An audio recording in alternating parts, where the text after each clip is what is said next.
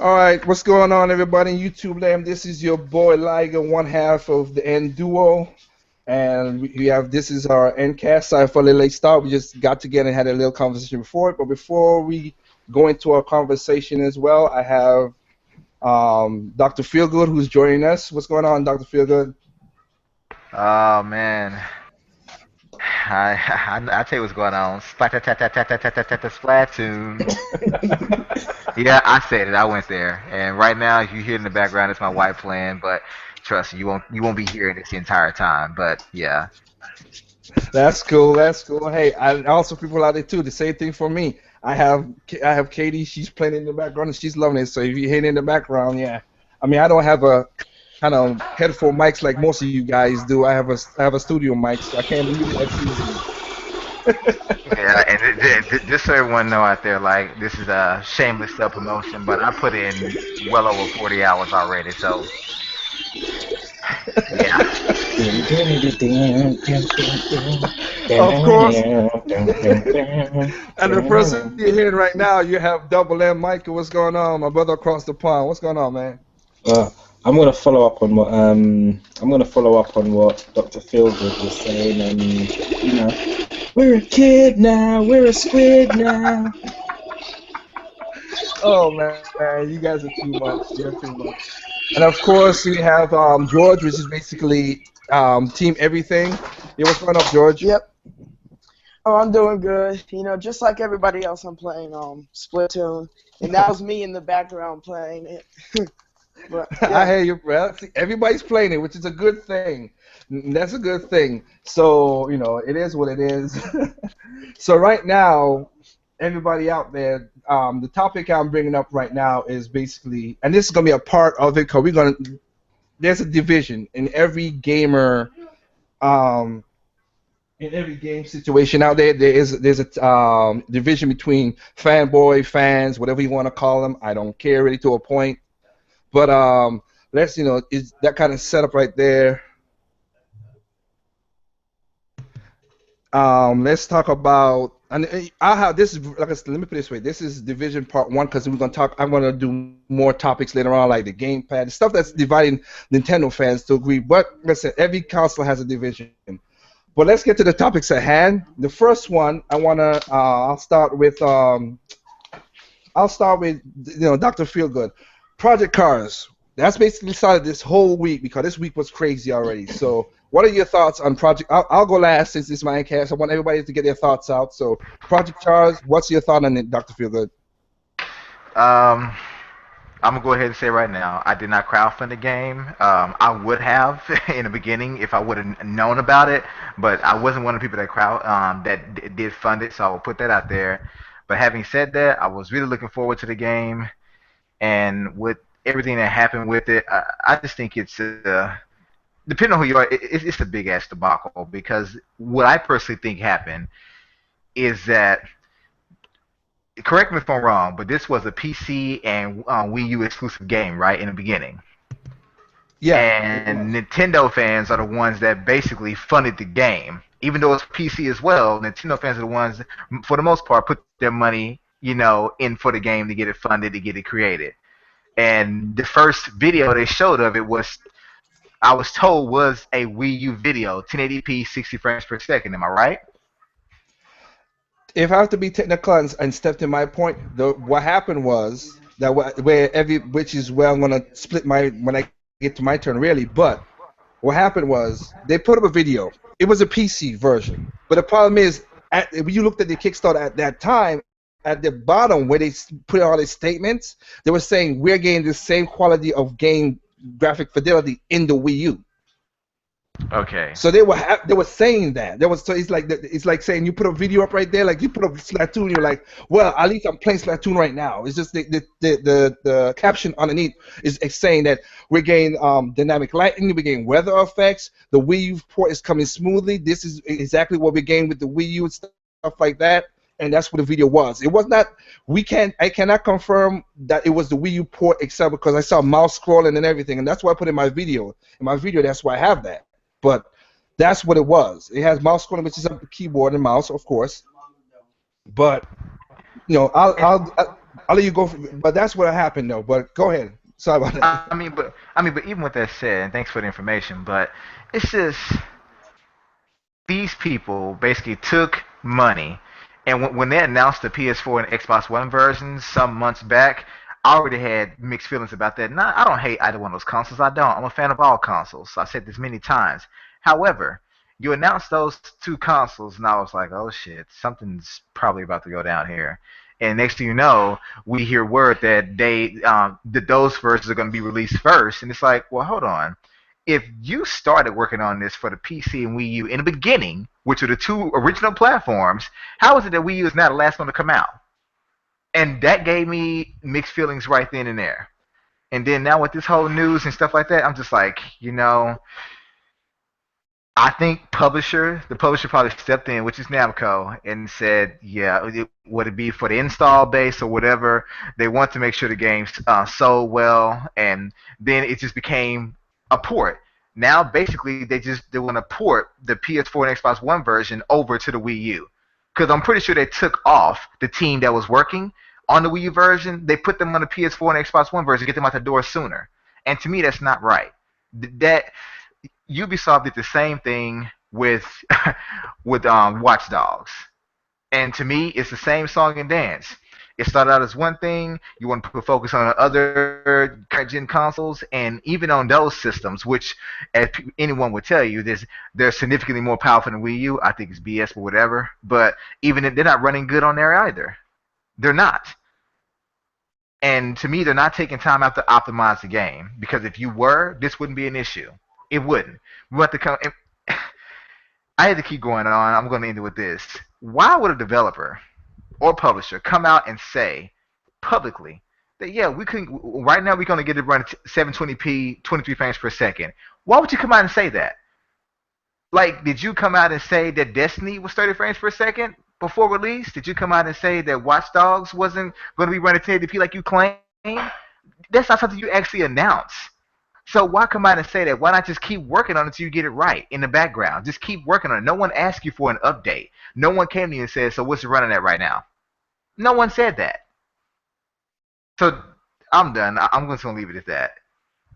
All right, no problem, no problem. Okay, like I said, it is what it is. So to a degree, I will pass the mic on to Micah. What's your feelings about Project Cars? Um, I'm not that fussed about all the stuff that happened in between. Even when they said they were going to bring out that version last, I still thought at the very least they would try to get the game running at the target they set it to run at. I still thought that, even if it is delayed and even all this crap with them getting a publisher now and bringing out the Xbox and PS4 version first, I thought that, if it comes out and it's, hitting its target, then if it comes out and it's hitting its target, then, at least it's still a decent experience that isn't on. This is a decent experience that is now on the Wii U, like racing simulation. And then they come out with the statement that it's running at 23 frames per second, that they're struggling and blah blah blah, all that bullshit. The honest truth is, one, this is the truth. One, you took people's money, people that supported it for that platform. Two, you lied. You kept on going about how the game is running well on the Wii U. It's going to get similar quality to the PC version and blah blah and all that jazz. And three, you're damn lazy because you say you can put in the extra work to make this to get to the 30 frames or whatever, and you're not doing it. And you're not doing it despite the fact that you owe it to the people who put their money down for it. But you're saying you want to wait for Nintendo's next system, or you. I would have rather heard that you have to delay the game even longer because you're having some technical issues. Fair, and I mean, obviously, they should have put more priority into the games, into the Wii U version, since that is the version that was funded. But even if you said you had to delay it for technical issues, running into a few problems or whatever, fair enough. may not like the decision, but at least you're being honest and you're being reasonable, but you lied. And you lied. The people who got behind you and funded you, you lied. And in all honesty, I think that is just disgusting.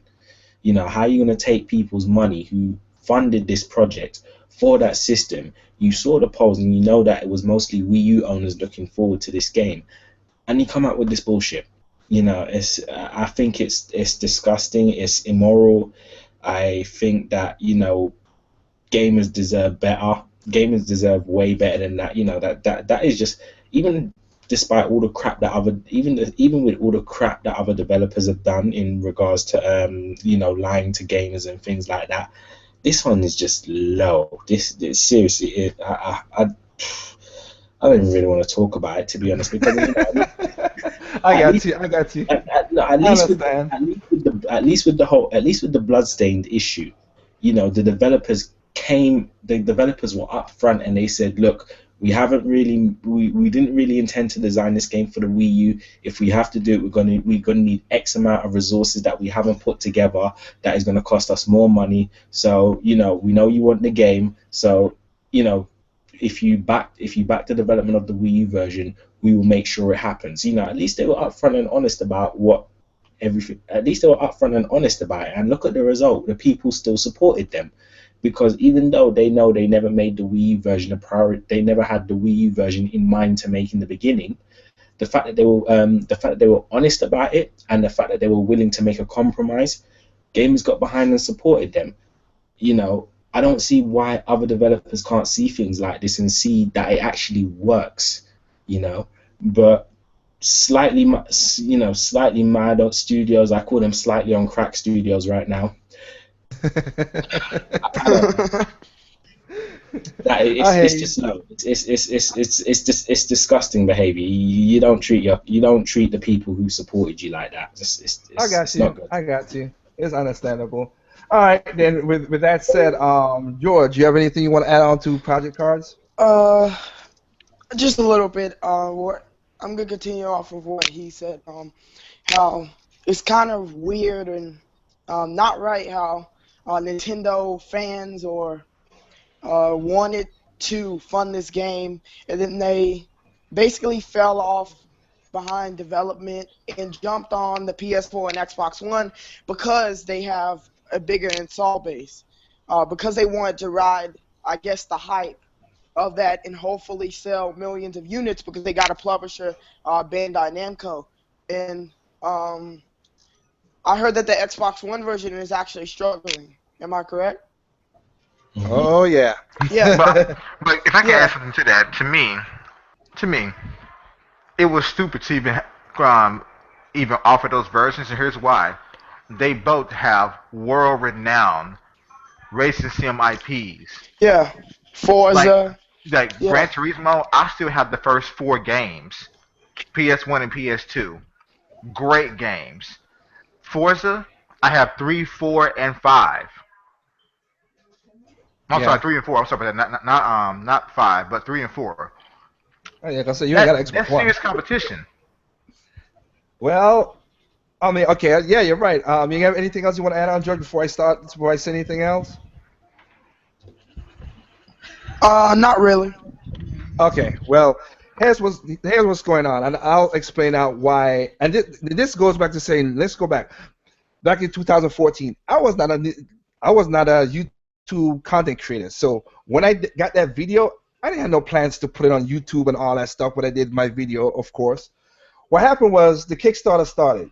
It was for PC, and the stretch goal was the Wii U. That's what the original Kickstarter was.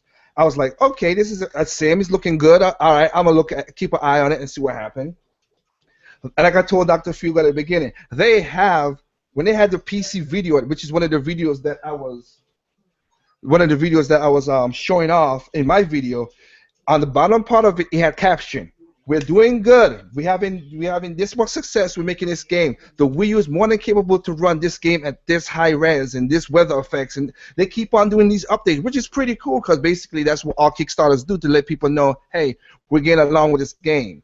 That's what it was saying. And my question to the video, what I put up was, are they lying then or are they lying now? Because my answer is they still, like Double M was saying, they still lied, and that's the problem. So what happened is they put the video up, they got the funding. Then Namco Bandai saw they have, saw that, hey, this is a good thing. We could take this in there like that.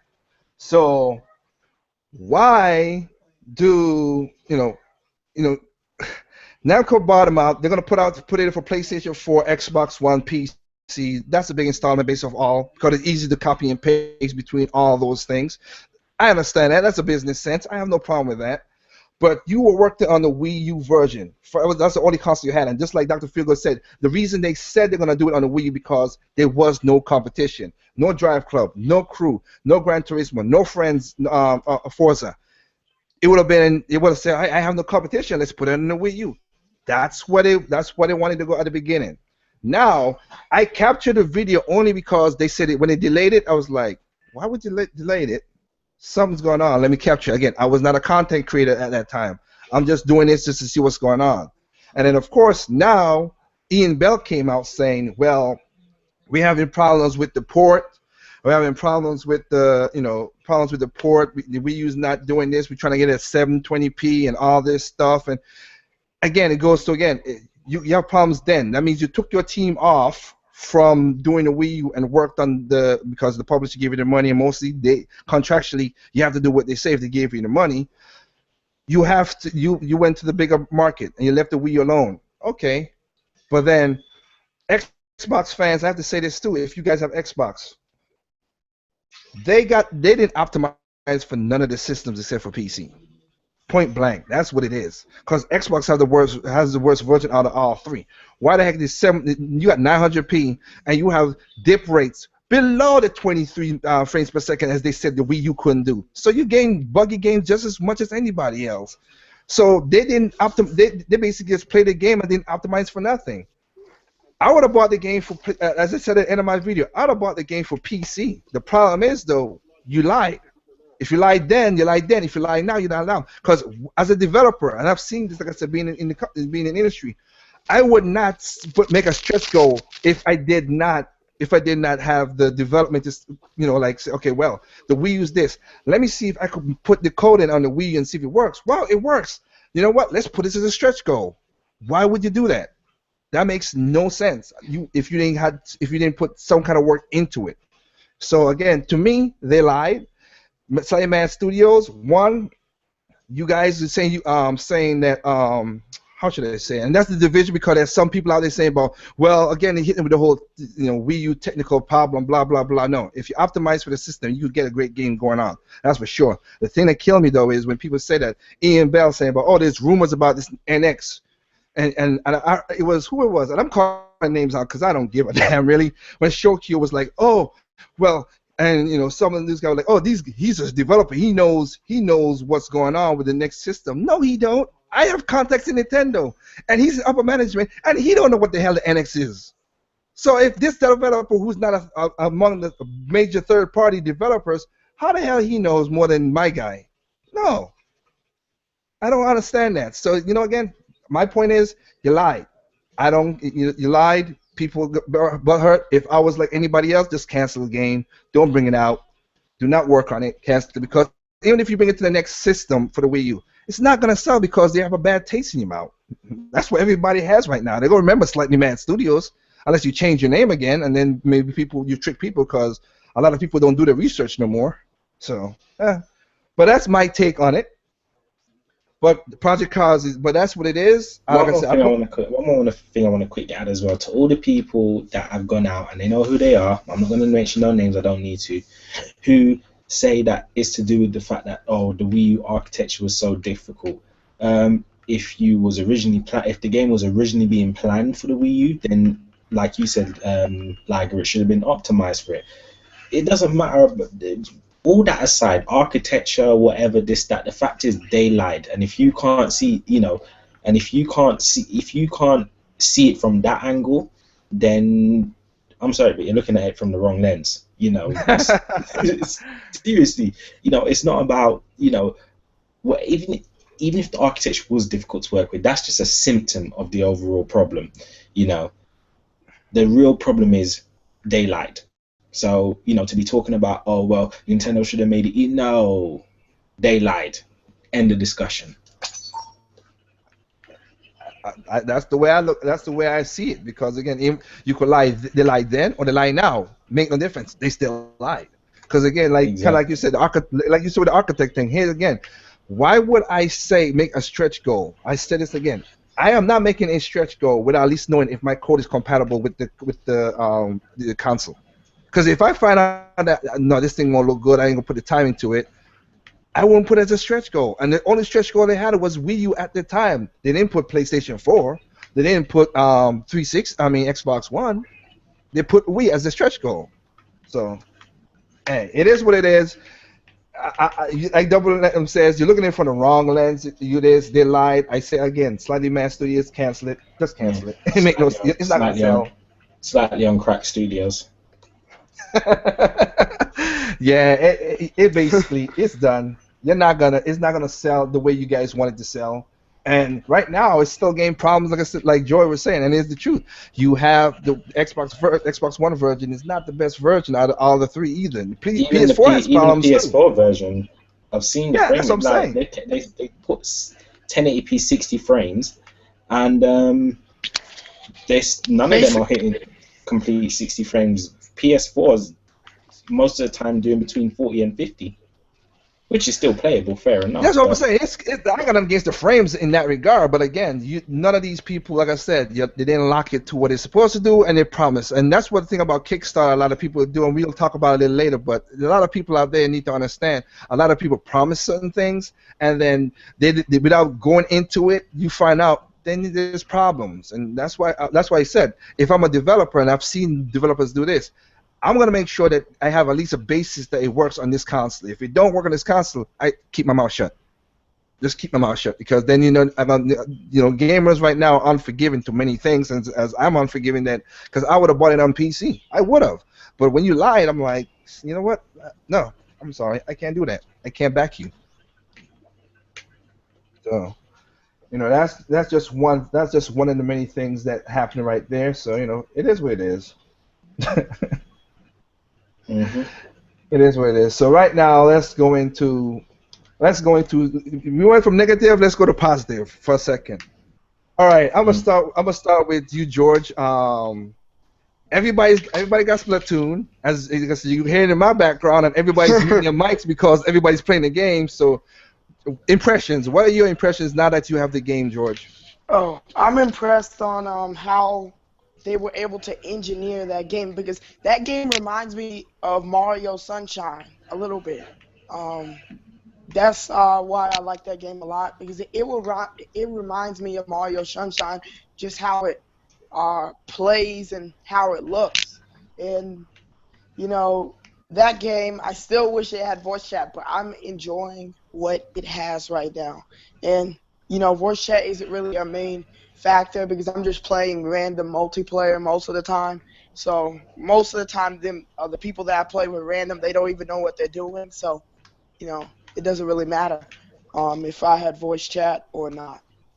All right. Other than voice chat and anything else you want to bring up that you that's pretty cool about the game? Oh, pretty cool about the game. Yeah, I mean, like I said, Uh, if there's other things in the game that you see that like, I'll give you an example just for now. I'll give you an example. Like I said, one thing about Nintendo that I like is when they do their games, they put the ambiance, they put the nuance in the game. They make you effort. feel that you're, Yeah. but not the effort. No, they make you feel that you're a part of the world. Like okay, here's one Like easy example. Galaxy. Yeah, like Yeah. when you in squid mode, the sound muffles when you're in the squid when you're in the ink. Yeah. That should you don't need to do that, but they That's do that. realistic. Yeah. Yeah, they make all the extra efforts to do stuff like that. So that's an example. Is anything else that popped out to you that you're like, oh, that's pretty cool. I didn't notice that or something like that. The Well, graffiti. Oh yeah, the yeah. graffiti. Yeah. That's The, something that I did they're notice. Miiverse posts, Yeah. and not just the ones at Inkopolis, but even like you're in Walleye Warehouse, Uh huh. you'll see people's like Miiverse posts on the billboards. I never And actually noticed that. Yeah, Yeah, like when the match first starts out and it shows that camera panning around the level.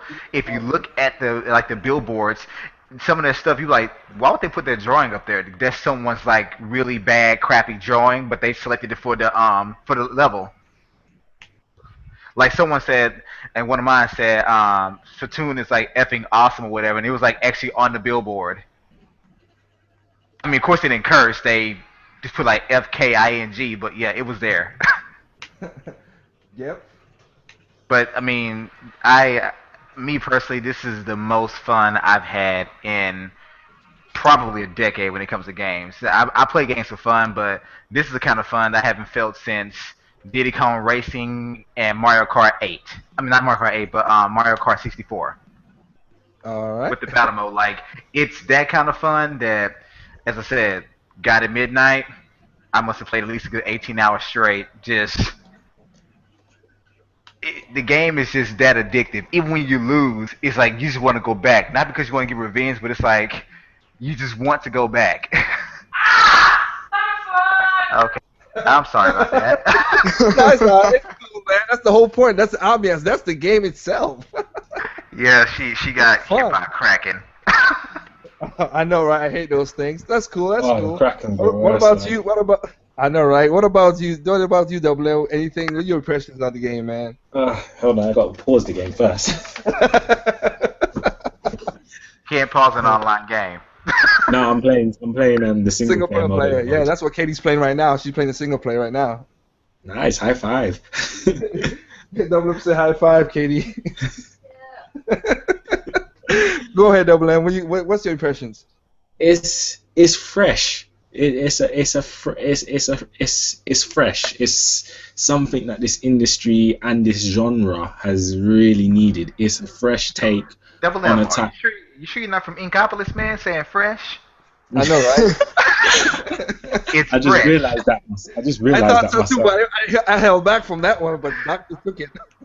Right, next minute I'll be waking up with sharp teeth and squid like hair. I know, right? Nah, the next you know, you'll be going to the mall picking out some rad gear. Hmm. Man. But Well, no, go ahead, Double M. it is a fresh take on that genre, and as it's everything about it is just nice. It's just, for one, it's just addictively fun, and two, I just love the vibe of it. It's got that like whole rebel school kid kind of punk vibe, like for when like shows like Code Name Kids Next Door and stuff like that. Yes. It's got I thought about that just a kind couple of feel seconds ago. it's got that kind of feel to it, and I love it. I just love that whole punk rebel kind of attitude it has. Mm-hmm. It's everything about it is colorful. I haven't really got a bad thing to say about this game. It's a good game, and it's something new that has been needed in the industry. And my God, did Nintendo show this IP some love? I mean, they had a whole festival for this game. Yep, I hear you. Mhm. All right. But no, Well, I'm loving it. It's addictive and fun as hell, man. It's just I want this to be real life. well, it didn't. Yeah, they had it in San Francisco. They had this the Splatoon Mhm. festival where you go there and just had fun. You see it on Black Nerd Comedy, and All those guys were having fun in San Francisco doing it. It looked fun. That's the whole point. I'm saying is Nintendo better put this in their theme park. I know, right? That would be cool. If they That put would this in be their cool. theme park, oh my! I think that would probably be the only. I think that'll be the attraction that I spend the most time in. You see me walking out. You see me. You see pictures on my Facebook with me just covered in all different colors of ink. I know, right? See, Well, to me, this is the kind of game that actually creates like brand new like words in the gaming library. Like I can see people saying instead of incoming, it's incoming. Hmm. yep. I can see what you're talking about. Yeah. Well, my impressions is this. Of course, everybody here basically, I would think, had a test fire. I didn't have a test fire because again, my schedule is way crazy than anybody else's out there. So I didn't play none of the test fire. So of course, I got it 12 o'clock midnight. I downloaded it, had it preloaded and everything, whatever, bought it. And technically speaking, like I said, I was knocked out, so I didn't play. I played it for a little while, and it just felt just awesome because it was I the first thing that just was just wow, because again it's colorful, it's Nintendo making something that is different from anybody else as usual. That's something that they do. I mean, I gotta give props to Nintendo for that. Again, anybody could say what you want to say about the NCAS and anybody here on the NCAS, whatever. Nintendo does something different than most genres, and sometimes they do things bad. We're gonna get into that because, like I said, the whole division thing. But when I played this game, I was like, "Oh man, this is cool." The ink felt good. It just felt like you. And then once you figure out how to do the certain, you could like go up the walls or go up the skate ramps, and you could like go up the ink so smoothly and do all kind of tricks. And then the first time I jumped into a online battle, and we won. I think I won the first five. But the thing I was gonna say is, I saw people already put up like doing like cool moves. And of course, those guys played it before me because I was level 1, and they were like level like Dr. Figo, like level 10, level 20 already, and I'm not. And stuff like that. I mean, thank you for that. But when I got on my first hour, I had already saw people like I think like in Japan and other countries, they were like already level 20. Oh, I'm like, but of course. and isn't that the max? The game just came out for me an hour ago, and I said, well, they're about like a half day ahead of us. I said, well, dang, you're at level 20 already? Dude, that's what it is over there, man. But the thing that came is I always see people like stick the bomb against the thing and trick people to come across there, or use the splatter shot to for certain I mean the traps are so elaborate in this game that it creates its own strategy. Even though like George said about the whole voice chat and everything, we'll get to that later on. But my point was there are people out there that come with organic ways of playing this game, and that's why I like. I have to say, I can't. The strategies that these guys are putting out is good. And then I went into the single player, and I played the first. Of course, I played the first level, and even the first level's boss was like, this is different. I like this. This like George said, this is Mario Sunshine and Mario Galaxy mixed together with paint. That's all it is, and it just feels so. After you get used to controls, it felt like natural to get into like doing all the sliding and going going through the ink and everything else. I was like, wow. And I have to say one more thing before I switch to our next point of this game, which is everybody. I saw your post, Dr. Fielgo, when you said about the rollers is the thing and everything else. You have to get up to at least level 4 to at least get to to have the, how should I say it, have the chance to buy your items. And we were winning a lot of stuff without the roller. Even people who had like 3 rollers or 2 rollers and a sniper, 2 rollers and 2 splash shots, we were still killing them because I think what everybody's learning now is there's certain people who's treating this game as a Call of Duty runoff, that's how you die. That's why you lose the matches anyway. Because it's about winning the turf. Exactly, and Amen. I can tell you, it's been many times that I've had tons of kills, had 1,000 points without even a bonus, and it's like we lost by 20%. Like, so definitely, this game, it really does encourage you to work together. And I have to admit, I've been a little guilty. There have been times I could have helped out a teammate, and I'm going to this location. I'm like, is that some paint I just saw on the ground? Let me go fix that. Like, the game rewards you for everything you do. Everything you do. And I just can't get enough of it. I really can't. Like, I am completely addicted to this game. Um, there's just nothing else to say about it. Well, like I said, that's pretty cool into that regards. That's like right now, Katie's gonna try to play. She's gonna also fight the first boss. She saw me play this, so she's doing the first boss in the first single player right now. So, Lag, I have a question for you. yeah, Are you a kid now? Are you a squid now? I'm both. I know, right? Right No, now, but the thing I love about this game as well is this was the perfect game to introduce. I've put this in the status on Hangouts, but this was the perfect game to introduce my sister to online gaming. It's simple, it's True. safe, and it's fun. You know, she doesn't have to worry about the voice chat, anyone shouting any profanity across it. There's no form of major violence or anything like that. My sister's 11 and she's at level 14 already. Well, she beat me. That's for sure. That's what it. Yeah, and you know what? That's a family thing. That I want to bring up to a point too as well. But time out. You in? Yo, time out. Can you hear us? I'm trying to see if we're gay because you just jumped in. I Okay, think you well, may be busy playing Splatoon. I know, right? Everybody is. Mhm. Everyone's a Um, kid now and a squid now. I know, right? Let me put it to the aspect of, like I said, I understand everybody. Let's go to the gripes part, and I'll start it off. I'll say a positive to this, which is basically yes, I'm a family person that families are playing this game and enjoying this. And like Double M said, that the kid, my kid sister could jump in, have fun. And I'm not talking about Katie because she's a grown person she's a grown person, but like my cousins or like my employees when they come over to do work, whatever, and their kids who are like 7 and 8, they're enjoying it and having fun with the game, and we ain't gotta worry about the cursing, the profanity, like he said, or going for the headshots or anything because we don't care about the headshots. You're just trying to get the kill. If you're doing when basically when the rank mode comes in, also when the King of the Hill comes in, you're just trying to get the kill in that change of atmosphere. Now with the voice chat, let's talk the voice chat to the Splatoon. Again, I understand what George is saying. I understand what Dr. Feelgood is saying. Everybody, yeah, if you are a team, if you are a that your friends are there, they should be chatting with your friends. Yeah. And I totally understand that, and they should, and that is something that Nintendo should have put into their thing again. But Nintendo's a family-centric company. They did it that way. I've beat that dead horse to a pulp. Which is Explaining fine. how I beat that dead horse to a pulp. Yeah, because it's a family-centric company. That's what they're.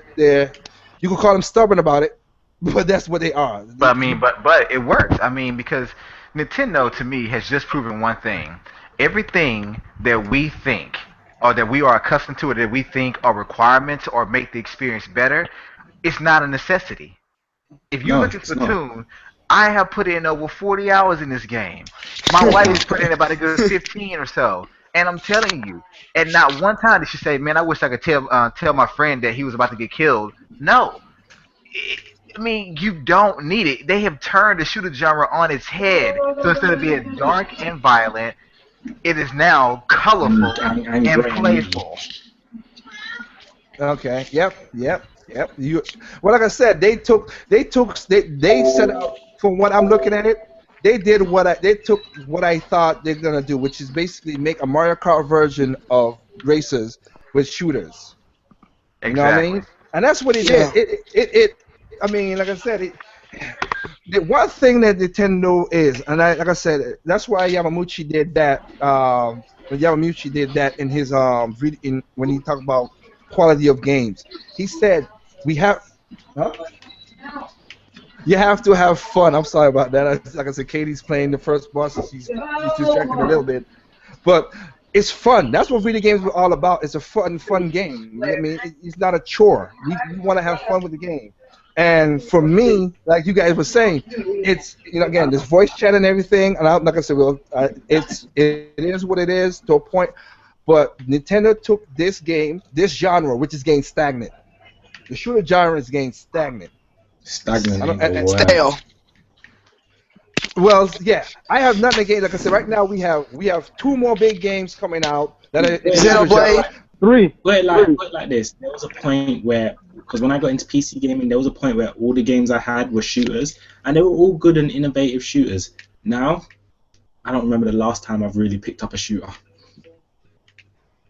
Okay, well, It's, but it's, it's, but they're all the same. They I are got all you. the Yeah. same. Well, you trust me, when you talk to publishers like I've done, you'll see when they test market and say, well, you have to have this, you have to have that, you have to have this. Trust me, that's what's going on. My point is what it says. My point is when I'm talking about fresh is like there are two more games coming out: Halo 5, Guardian, and Uncharted, which is not bad games. They're proving themselves in that game. They're shooters. That's the core of the game. They're still shooters, but they have something different, and those are gonna be good games when they come out. But the mass appeal shooters that everybody's been jumping on doing this, all this Hello? stuff, it's like they only changing a little bit and a little bit and adding just a little difference. Splatoon changed the shooter genre on its head, totally on its head. You're not going for the kill. You're not going for the headshot. You're shooting ink. You can't shoot the gun the same way because, of course, the ink, like I said, the ink drops off sorry, it drops off in the arc. It doesn't go straight. You have all these special items which everybody wants to get. I want to have the MK, and this gun, this bomb, and all this stuff. Now they say, hey, let's throw this bomb against the wall and stick it, a sticky bomb. Let's do this kind of fun thing like this. Let's do a bazooka. Let's take a air horn or blowhorn and turn it into a sound wave. Fun, creativity. It's not just 1, 2, 3. Like, okay, Advanced Warfare is a good game. I'm not gonna bash the game because it's a good game. But what it did was added, or you're more kind of a robot and you could jump in the air now. Wow. What it, I didn't. Advanced Warfare, all they did was take back what Crisis 2 stole from them. Because Crisis 2 was basically the blueprint for Call of Duty Advanced Warfare. Or Titanfall, you could do jump against the walls and everything. Cool. They got it from Titanfall because honestly, Respawn was created by the same people that made Call of Duty. Same here, yeah. And I think Titanfall got it from Crisis 2. Because Crisis 2 was basically Call of Duty Advanced Warfare. Just it came out before its time. Yeah, but my point is. Oh, sorry, I didn't mean to cut you off, George. But I'll let you get behind me. What I was saying is, they took something instead of a little bit and just changed the whole game. It's not like 1, 2 little things. It's the whole game that's changed. You have to look at. You can't go in this with this shooter mentality of playing these old shooter games. It's different. It's totally different. You wanted to say something, George? I'm sorry, I didn't mean to cut you off. You wanted to say something, George? No. Oh, okay. Time out. Can you hear us now? You in now? Yo, King. You still getting problems? Okay. He's playing Splatoon. I'm telling you. Oh, okay. Yeah. Well, I don't know what's going on, my boy. I mean, hope you could jump in and get into the conversation. Okay, so let's go. Like I said, they changed the whole thing. It's cool. And I would say one of the gripes, like I said, the game has its own. No game is perfect. As anybody will listen to my channel, everything I said after the end of all my videos is there's no perfect game out there. Never been, and never going to be one. It's all on preference and perspective. Now, I have one of my things I have with voice, not voice chat is my thing. The one thing I have with Splatoon is the controls are great. They're all good. I hope, and this is our hope. This is not. I'm not begging them to do this because the controls are good. I hope they put in Wiimote and nunchuck into it. I would like that. I would like that because I got so trained with Metroid and oh man, it just screams that. What I would like them to do as well is add a local multiplayer component, because even if it's not used like a local multiplayer turf war component, because even if it's not used all the time, it would just be cool to like if you had a group of people around to just play it in local multiplayer. I think that would be so much fun. Yeah, you know what? I think they're gonna be a part of the DLC later on. I don't know if it's gonna be the free one or you're gonna be. I don't know if it's gonna be the free one or the pay one. I'm thinking they should put it in the free one if I have to be honest. And let me say one thing here to everybody else, because I've seen the videos. And let me stop. Let me just state this one point here. Okay, everybody said this is it's holding back, blah blah blah, and all the stuff that Splatoon is doing because it's getting that rush. Okay, let's put this negative. And if you guys want to add on to what I'm saying, go right ahead. Yes, the game came out. It was rushed, but you know what Nintendo did? Are you in, King? I'm hearing you now. All right. But my point is this: it was rushed. It was rushed, and everything's set up to a point. But you know what? Unlike Assassin's Creed, unlike the other Drive Club, unlike the Crew, unlike all those games, Master Chief, yeah. Well, yeah, but the single player was still playable. My point is, yes, it's only the multiplayer that got hit. Yeah, I'm not gonna say that. My point is, all versions of this game is solid. There's nobody dropping through no walls. Ain't no face tearing off of nobody. Ain't no ink with. And it could No, happen because and no screen tearing at all. Nah, ain't no this game is popping. buttery smooth. Yeah, because they made sure they said, you know what, we're gonna push this back. We're gonna push the core of the game back. I mean, not core of the game, the additions back. Listen, it is DLC. The word is downloadable content. Don't change it. No, That's no, what no, it no, no, is. no, no. That's not what it's called. It's called free LC. But no, but no, Free LC. but the point, That's yeah, it. but the point is still is down. That's we not. Let's not change the word of the name. It's called downloadable content DLC. That's what it is. We don't have to pay for it. That's all. Yep. That's all I'm cool for. Anybody out there, Double M, Doctor Feelgood, all of us have said it. If you think this game is lacking and you don't want to buy the game, that's cool. Wait until August. You enjoy DLC. it. Yeah, you wanna enjoy it late in August. Go right ahead. I would have no problem with that because you know what? But kind of like Doctor Feelgood said, we'll be at level 80, 20, whatever it is. You'll be starting up. But the game is solidly fun. And like I said, I hope they like Double M said. I hope they put in the local because I think they're gonna put it in because it screams it. I'll say that it screams to have local because Nintendo don't like to couch co-op is one of their things they love to put in their games. I mean, but I will say this: with this game, it may be stretching it, and here's why. Because this is the game, one of the few games on the console that requires the gamepad. See, the reason Yeah. why I have the one-on-one co-op right now in the game, I forget what it's called, the dojo, is Yeah. because there's no need to super jump back to your base because it's just one-on-one. You're popping balloons and taking each other out. But they can't really do multiplayer co-op, like couch co-op with this game because I mean everyone needs a gamepad. If they do it with Wii Remote and Nunchuck, and if it's Yeah, only then you like 2v2 using very small maps, then I think it could work. I mean, you're right.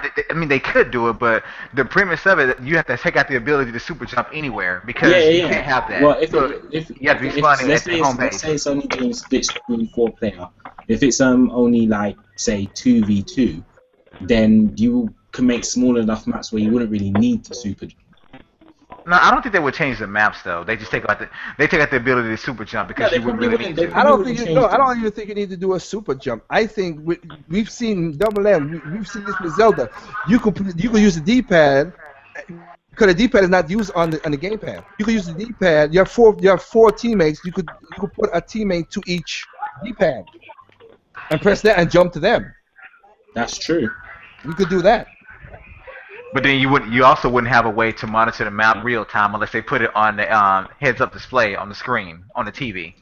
If Hey, they do it like if they do it in a way where you can kind of like make it display in real time while you're playing, so like you just press like maybe minus button or something if like that, let, and the map And shows see, up. well, here's the way, Doctor And then Fielder. you just You asking this question. Here's what I think they could do, and they should do if they want to do it. But again, that's just my opinion. I'm not saying they have to do it because again, it takes a lot of time to code a lot of that stuff. That's the one thing about me being that I've seen these guys code stuff.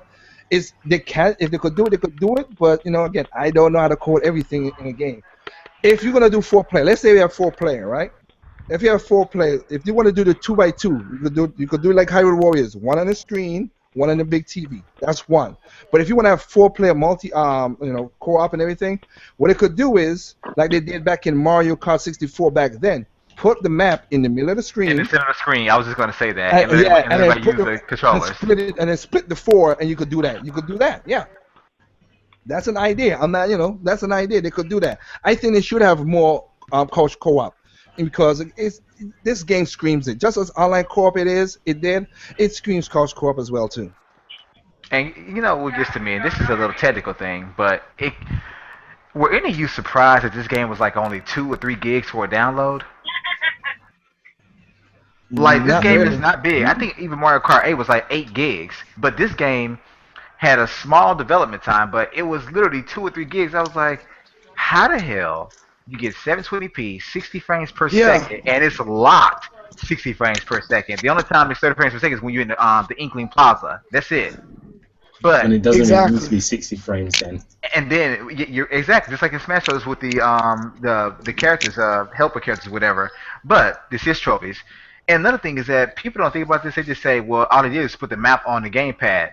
That is a full real time Math. map tracking. So basically, this is like watching a movie because that map is always changing and it's updated at real time, not a second later, not a couple seconds later. It's as it's happening. So that's actually an extra display that's always changing. And the fact they can do all this in just 2 gigs, and I'm sorry, Yeah. another thing I like about this game, but I also hate about it. It's my only gripe. The matches start up so quick, you can't even take a piss break. You don't want to try because I can tell you, there's been times that as soon as the thing said game over, I didn't even see the results screen. I ran to the bathroom, tried to use the restroom, and came back. The match was already started. The next one. I've never seen any shooter go from match to match that quick. I'm talking 10, 15 seconds you play the next match if nothing changes. Wow. Yeah, I mean, but that's what they said. That's why they set it up like that, though. You see, everybody, some people's gripes about the whole when it's this is a map and it's only this limited a map. You see, the thing about it is a lot of people don't. You don't think of the map that much. You figure out, okay, this map is coming up, that map is coming up. I got a kind of plan, but remember, you don't have the coordination as it, you're having fun with the game. Once it's 3 minutes. It go by so fast. It go Wow. by so fast. Mm, I don't understand how you can have legs and a big box as a boss. You look so awkward. I know, right? It actually looks quite disturbing. Well, it is disturbing. Like Katie just beat the boss just a while ago. But again, it's disturbing. But you know what? It's just creative. We don't need to have no superhuman looking all that good or whatever. And Hmm. all that. She said great legs. And it felt exactly like Mario Galaxy. Yeah, that's what about this game that I like. It feels so organic. That's what I said.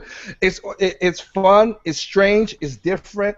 But it feels like you just jump into a warm bed. Like, this is Nintendo at its best. I ain't gotta worry about nothing. Let's get the game on. That's it. But one thing I can say about this is that, in all honesty, this is the first iteration of this game. Can you imagine the sequel? Yeah. I Well, at first I said in my video, I don't know if it's gonna be a franchise. I don't know if it's gonna sell, but looking at the numbers now from Japan, and also I've read to some stores now that it's been selling out. I think Uh, we A lot. got a I'm hit. hoping to read an we article tomorrow where it says it moved like a million units like Mario Kart did. in like a weekend. Yeah, I know Yes, you're trying to I'm say hoping to hear that because my whole Facebook feed, my whole friends list, all I see is Splatoon. I have to try to Just guess Splatoon, which one I want to join. Splatoon. Sorry, I just I hate you. I'm gonna try nah, one more you time, know, guys. Give me 1 second. I Let me got, try one more time. Time out. Can you I hear got, us I again? got. Can you talk? Yeah, I can hear. Okay, you can talk now. You're going Y'all back can and hear forth so me? much. Yeah, we can hear you, man. Okay, that's good. I want to make sure because I know you had the problems on your end. All right. Like I said, go ahead, Dublin. You was Hey, gonna say, yeah, I got this new Bluetooth headset, man. This kind of thing. man, forget the Bluetooth. You need a hard wire, man. This wireless world is gonna mess us all up, man. That's why Nah, I'm hardwired in. man, It's cool, man. It's cool. As long as I can hear, we can I'm hear good you and now, though. everything. I'm good. Okay, that's good. It was That's my good. issue. No problem. You know what? Since now I got you talking, what is your impressions of Splatoon? On timeout. This is all I gotta say. I need that red Coke. I need that yellow Coke. I need that orange Coke. And I need to top it off with a sniff of that pink. Hey, man, it's good. Is that crack, ain't it? Oh, that freaking crackhead box It's squashed me. fun. Y'all got you Nah, don't but need this watch. Go ahead, Tom. I'm sorry. Nah, it's it's fun. It's really fun. And like you called it, KD, that's it. Yeah, you right now time you're using the Bluetooth right now is coming in kind of scratchy, so I don't know. Like I said, you can still talk. I hope you could jump in and say what you gotta say, but it like I said, right now I'm gonna just keep it moving. Okay. You want Not against you, time many? out like Okay, that. it's just one.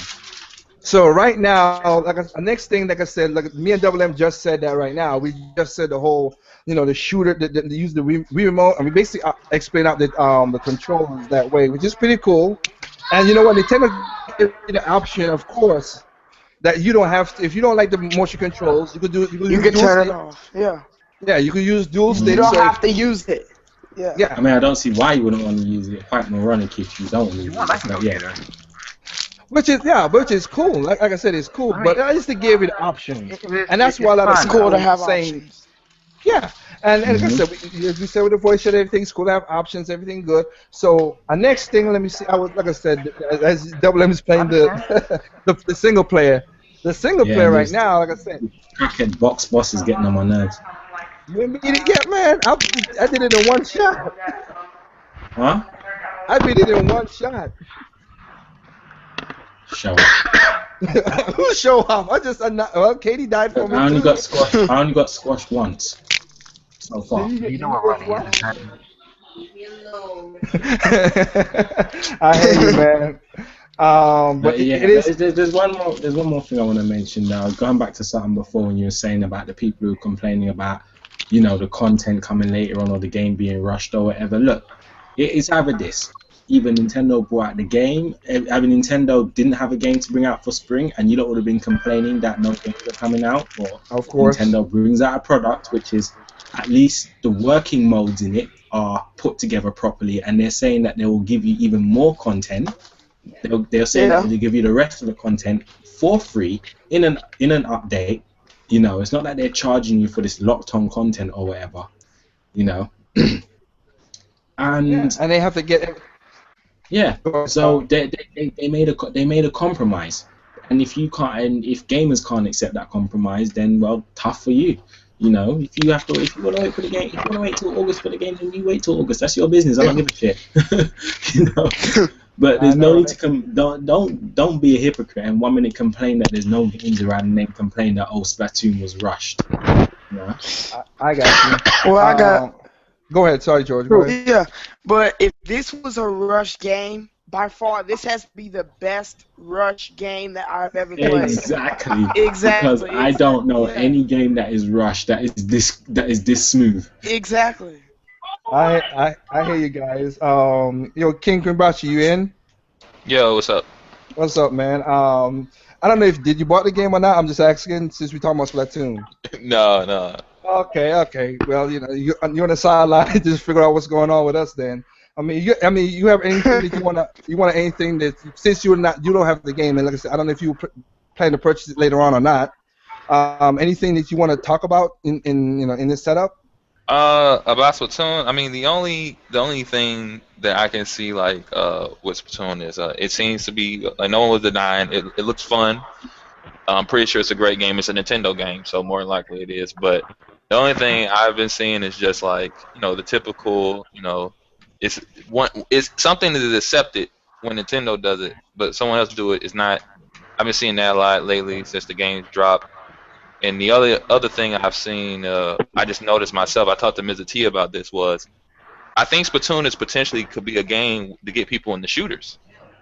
It could be a game that could get people in the shooting games. The only problem is like if that gets you in the shooters and you want to play more of them. The sad thing is I don't really think the Wii U is going to cut it.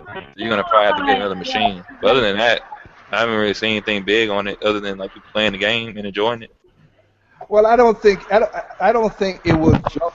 It will change to I don't think it'll link too much to a shooter because, like we was all explained in the beginning, Wow, this this this is this when something. you when This you, is when something you totally It's different. creative.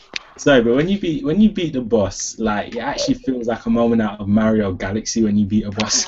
I know. That's what when I beat the first boss, the same thing too. But like basically to go to where you said, King You Kibashi, know what look, she could it's do? She can make this so much easier. my point to what I was gonna say is, She can make this. I don't see it gonna be like a full shooter because people who play Mario Kart, I don't see a lot of people play Mario Kart to go play a real game like Gran Forza. Turismo or Yeah. Forza. It's a small jump. It's not a big jump. Nintendo created something that's like super unique. You know what I mean? Oh, okay, okay. So it's not like Yeah, like kind of like how like if you like Mario Kart, then you could say, well, I want to play other kart racing games. But see, so what you guys are saying, like Splatoon is so different. It's a shooter, but it's different enough where if you like Splatoon, you're not going to be like, oh, I want to play Battlefield now. It's like you want to no, it's play, not. you just want to Yeah, play. Well, it's not. I'll say this is one of those things that Nintendo has a problem with. They have a problem with. Where your This headphones is a at? pro- Yeah. Hey, Dr. Feelgood, you coming through a little too loud. I'm just trying to keep quiet him down a little bit. I hope I could mute you back, Dr. Phil. My bad. But like, how should I say? It's like when you play this game, it's one of those things Nintendo have a problem with. You have to play the game first to realize what the game's about, and they have that problem with preventing that in the Wii U in a lot of their games. Once you play it, you would think like, oh, now I get it's clicking in your brain, it's clicking out to say, oh, I understand what's going on now. And you don't, like I said, you're not going for headshots. You're not going for headshots. Basically, if you kill in turf war right that more that's right now, you're not getting, you're not going for the kills. You're trying to cover all the ink as much as you can. So it's something different from shooters. And of course, you have these weird guns, weird items like Mario Kart that you're throwing at people. A ball that sticks a ball that turns into a sprinkler. There's no shooter that does something like that or whatever. I mean, you have like Halo, you have the shield, which is cool. Everybody has the cool gimmicks in the game, but I don't think people when you play this game, I think you would not see it jump I to mean, let's come go on. play Halo. Instead of a shotgun, you run around with a giant paint roller. Yeah, and you're going with a lot of stuff. So I mean, I understand, and I understand how that is. I'm not, with this game, it's one of those things that you just have to play. I can't. We talking about how we playing, and that's what we asked you that question. That's why I'm asking you the question if you got it or not, which is all cool. There's nothing wrong against, like I said, I don't know what your systems are. Cause I've seen you trying to do this debate. You on this crusade to get everybody in this kumbaya mode, and like I told you on Google Plus, I wish you the luck. I wish you the best of luck because that's gonna be hard to do. But well, go ahead. Sorry. well, I was just saying, if I figure like if I just made some videos showing like all these machines and companies and fan bases have their own issues, then maybe people would be like, we're all kind of messed up, so there's no real reason to We're argue. human. We're all kind No, of we're little, human. Mm-hmm. yeah. We're human. It's just that like that's why I did this in this endcast right here. I'm talking about the division. We're not gonna see eye to eye on everything. My thing is, I wish we could just agree to disagree, just move on. The whole core of video game is to have fun, and I don't care what you buy, how you do it, how you play it. It's your money. You do what you want to do. But if you're gonna come to my endcast or come to my channel and we just talk about, hey, this game was fun, that game was fun, or you have a legitimate gripe, which people could say, hey, you know what, that's cool. Then we all kumbaya in that regard. But the whole screaming and shouting and you gay and you Nintendo fag and you PS ponies and I don't need that. That's stupid. That's stupid arguments. So I understand where you're coming from. We can patch where you trying to figure this stuff out, and it's cool. I've Yeah. heard I heard some of this. I've seen videos that you've posted that I follow you now on and everything. That I'm like, I have a video coming up about this, and I tested it out, and I'm like, yeah, I was right at the beginning. I'm not gonna try it again. I've seen some videos that you coming out, and I was like, I don't even want to bother because I know it's gonna be stupid, even to put my opinion in it. I just walk away. It's not worth it. Yeah, So I mean, I mean, you can put your opinion in. I mean, I always value other people's opinion. I mean, I always agree, but it's always nice to share stuff. well, one of my gripes with gamers is, oh, okay. I was gonna tell you if you unmute yourself, Dr. Feelgood. I didn't mean to because you were coming through a lot of noise. Sorry about that. But one of my thing about one of my things that about opinions that kills me is this, and maybe that now that you're on this, and maybe you want because I'm gonna get into that point later on, is I have no problem people voicing their opinions, but you see, if you're voicing your opinion, but you can't criticize with opinions only. You gotta criticize with facts. That's what I got to gripe with Yeah, that's because true. because I basically said this on your last video. People out there saying Nintendo Wii U has a drought. Depending on what you have a drought. Okay, you said they have a Nintendo Wii U has a drought. Okay, what is the drought? You said they don't have no games. Well, it's a six. Basically, they said 6 months. You had you basically had Toad Treasure Tracker. You had Kirby. You had Mario Party. You have Splatoon that just came out. You have a lot of online games like Shantae the Pirate Curse, Affordable Space Adventures, Donkey Kong Tipping Stars. Well, the person would say, "Well, those are games that I don't want to play." Well, my point is, Not my problem. Not that's Nintendo's your problem. preference, that's your opinion.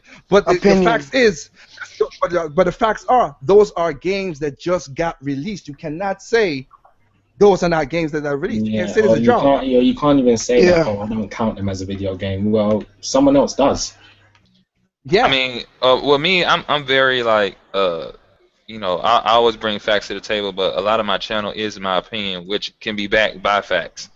But like, I don't know with me, I just over the years, like when I hear someone says this console, this whatever doesn't have any games, like honestly, I know they can't possibly mean literally, because if a console literally has no games, more likely that console isn't being supported anymore. You know what I'm saying? So like when someone says something has no games, I just automatically assume they are being opinionated. Now, if we get into a discussion and they're like, no, it's a fact. I'm like, I don't even that's I why don't even this. see a point of arguing. I just like, okay, and I just walk away. Like, there's no point of.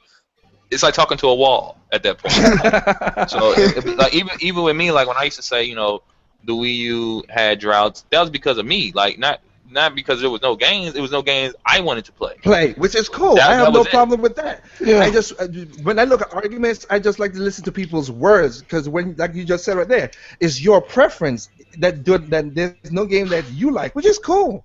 I have no problem with that.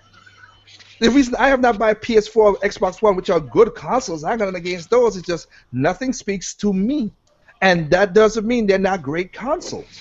But people take it as, oh, I'm a Nintendo fanboy because no. I buy it. Nobody should tell you how to spend your damn money. What the hell? What is this argument over that preference? Which that's why I did that whole video about preference. Every console has a drought. Nobody could stop that. Every console has a drought depending on your preference. There's no perfect game. There's all that stuff. It's all kind of stuff. That's why I put that video up on my channel at the top, because preference is the weakness of anything gaming, anything mass produced. Hell. Again, Yeah. everybody here, I could guarantee right now, they use a different toilet paper to wipe their ass with. You use Charmin, you use Angel Soft, you use Continental, you use the store brand. I use But whichever we ain't- one's got the deal. I use what everyone's got a deal at the supermarket. But again, nobody's arguing about, hey, Continental's the best or Angel Soft is the best. Why can't we apply that logic to gaming? That's the way I look at it. That's why I don't argue. I think some games done touch some people's hearts. Like, I mean, I'm pretty sure like somebody out there in this world, feels deeply about their toilet tissue. But I mean, I think gaming, people take gaming real serious. I think that's what it is. Well, I want to touch you because I'll tell you right now, coming from when I was a poor, when I came from the country, I came from a poor. Get the double ply. Single ply ain't gonna work for you people. Trust me. Double ply is like the Versace of toilet paper. You got to get that. But the point stands what you just said though. That's what I'm saying. Some games touch other people too. Like I said, I have a video which I'm gonna put out later on again too. It's already on my site, but I didn't broadcast it to everybody in my channels and everything. I don't get hype about games no more. Metroid Prime shut me down from getting hype on any game ever again, because I had so low aspects into that game, and when that game blew my mind, I'm like, okay, I never going to. I don't. Anytime I see a trailer or whatever, I'm like, oh, that's good. It got announced. I don't go into hype mode because lately now, every game has fall short of what it's supposed to do. Even though we talk about Splatoon, again, it's still not a full game. Let's be honest, it's still not a full game. They pushed it back and they rushed it. So it is not the full game that they promised. So everything falls back. 'Cause a lot of people, when they saw it last year, they were like, "Oh man, it's gonna be a multiplayer. It's gonna be this. It's gonna be that. It's gonna be awesome. It's gonna be the whole hell yeah." And then you know what? Now they're like, "Nah, I'm gonna wait. I'm gonna buy it used or whatever." I don't. I wish people don't get hype about certain things. I can't control that, and that's not my point really. But there are games that touch me that make me think I'm not gonna do this. I'm not gonna be crazy and a rapid fan like most people. So like you said, like you doing with the whole PC, Xbox, everybody else. I don't argue facts with people. I mean, I don't argue opinions with people. If they don't like the game, they don't do this, they don't do that. I'm cool with that. You go ahead and do what they gotta do. Now, being that I work in the industry, I've talked to developers. I've been in board meetings. I've been in business meetings with these people. That's why my channel's created to tell people, hey, what you just said right there is wrong. Like the one thing everybody always hype about, and Double M, Dr. Feelgood, even Time Out, everybody knows this. PlayStation 4 is selling, yeah, but sales and profits are two different things. It's always going to be. I care about the profit side more than the sales. Sales shows trends. Profit makes more product. Because if you don't make profit, we don't care, and everybody. Nobody cares about that, but everybody's talking about the sales of the PlayStation 4. Well, you know what?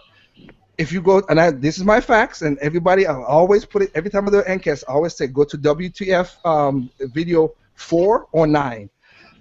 The IR pages where you get all your information from the companies itself, and you have to dig a little deep because I'm not gonna give everything to you. I want you to use your brain for a second.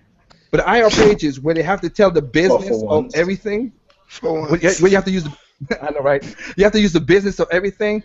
The profit margin between all three consoles, Nintendo, the Wii U, even though it's the smallest console by sales, has more profits than Xbox One and PlayStation 4 combined. It's cheaper hardware to make, so it makes sense. Well, it's cheap. No, but yeah, it's cheaper hardware. But the software, Nintendo, the software. Nintendo's the only company that could make 80 to 100% off of their games. Microsoft has one that they could do, but they still have to pay a fee to 343s and everything else because that's only that and Rare the only studios they own. Nintendo makes all the games themselves. If you buy Mario Kart, that's $60, and all the DLC goes straight to Nintendo's bank. Exactly. The problem is people take things too personally and act irrational rather than actually look at the business aspect of it. I mean, look at the whole Bloodstain issue, for example. Like, no one saw it as a fact that it was just literally a case of business. No, it's something personal. Yeah, kind of like what King, like you said, King Kabachi, like people wrap up their feelings into certain things, and I understand that we are human beings that we do that. But when Nintendo has the biggest, and this it's not about preference. We're talking about just straight numbers. When they have the biggest gaming library than any console out there, and like I said, I backed it up in my video because they have backwards capability, they have the disc, they have download, they have indies, they have virtual console. All those games make money for Nintendo. Right now, people are still buying Mario 64. And it's 100% profits to Nintendo. Right now, PlayStation 4, they can't digitally put Crash Bandicoot. Why? Because they don't have the license, one, and two, they don't have the rights and the fees to get Crash Bandicoot onto PlayStation 4 unless they're gonna pay Activision a ton of money and also find all the people, which is the how should I say this, the royalties and everything from that game. So. That's why like I said, I've seen your channel, King Ripachi, like I said, I sub to it, whatever. That's where I'm coming from. If I'm coming from the business side and looking at certain things to say things like that, because when the sales and profits, hey, Bugatti makes a $2.5 million car. That's all they got to support. But they make just as much or more profits than Honda when they're doing Civics, and there are more Civics out there than a Bugatti. Talking to the Holy Ghost in my Bugatti. That's where I'm coming from, King. I mean, you understand where I'm coming from? Yeah, I understand. Yeah. Okay. I'm not trying to bite nobody's heads off, whatever. Like I said, Nintendo's not up there. That's cool. The sales is a trend that gets people into investing, which is good. But again, I could point out why Nintendo makes more profits. As you could see, where they made it 25 billion yen and everything else, they made the profits than the other consoles. And Sony doesn't have a first party studio. They have a first party publisher, which is the company I work for, Sony Entertainment. They could buy out any studio and buy a studio and say, hey, can you make this game for us like what they did with Sunsoft? But it's a second party game. It's not a first party. They still had to pay Sunsoft and they still getting royalty fees. All they Yeah. getting, that's all they're getting, and that's what Sony and Microsoft is getting right now. They're getting just royalty fees. I mean, service fees. Sorry, service fees. They're getting licensing fees off of their games with the third parties.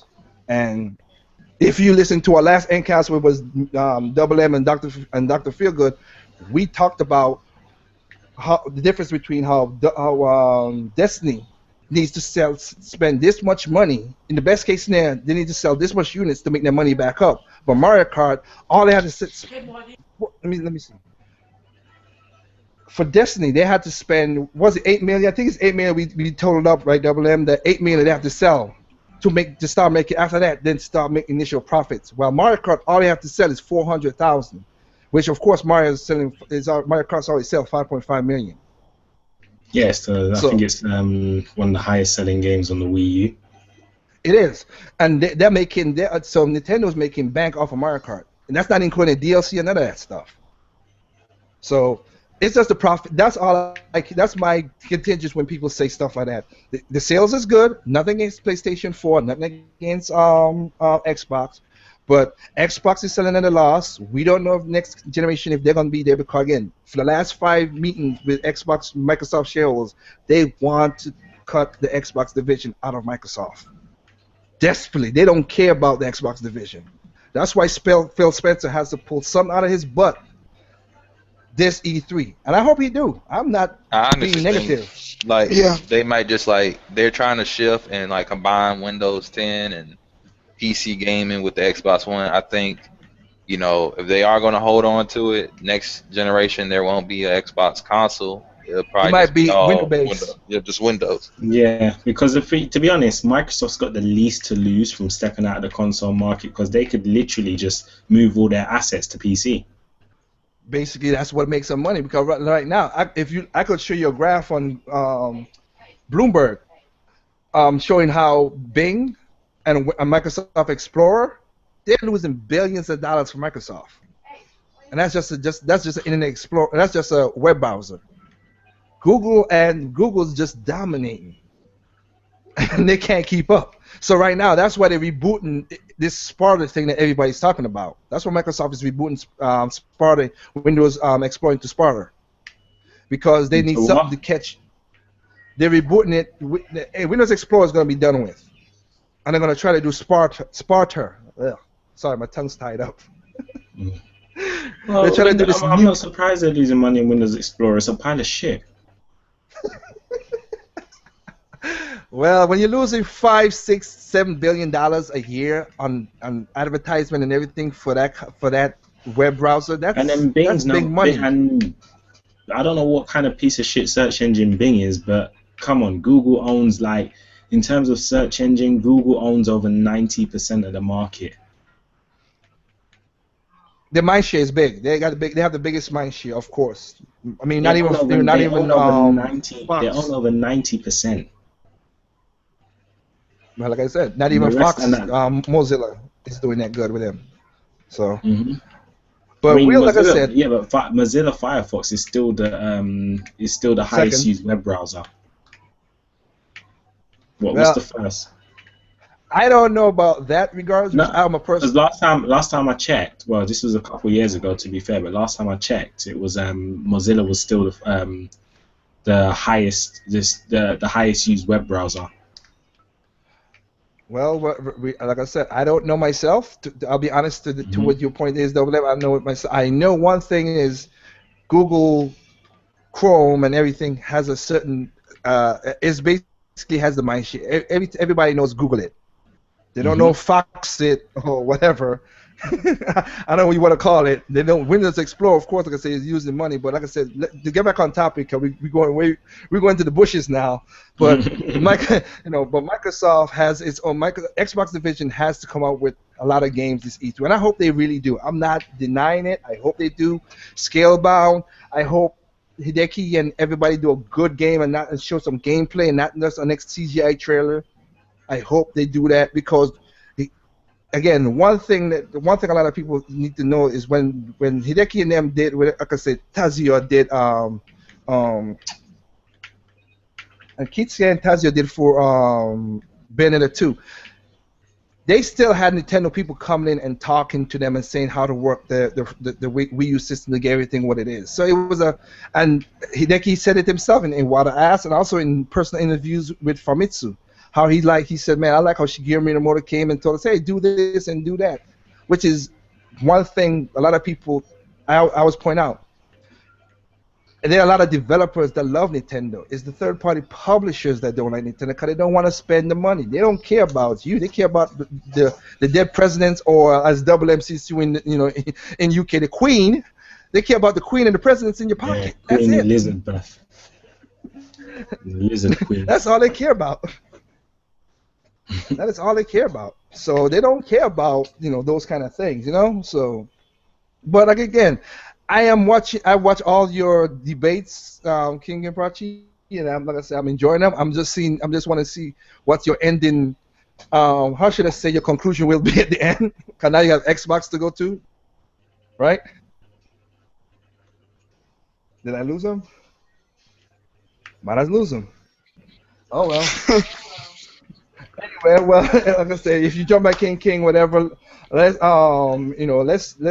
keep it going right now. So one of the topics was, which I would love to have him on, and Dr. Fieldgood is departing. So I would say, Splatoon is, like I said, a phenomenon game that I've played. It's something different. I never played nothing like this. The last time, like you just saying the last time I had fun with a shooter like this to me was Perfect Dark, in my opinion. Perfect Dark was the last game that I had because the guns was so out of this world in Perfect Dark. It was like use a laptop gun. Awesome. Yeah. The laptop gun, you put it against the wall, and it was his own turret. And then and it was the far sight gun. You could shoot through the walls. And then you had the Cyclone, which man, that was the last game I played as a shooter that I had super fun with, like with my friends and everybody else. And Splatoon is doing this for me. Yo, this single player campaign is just as addictive as the multiplayer. You know what?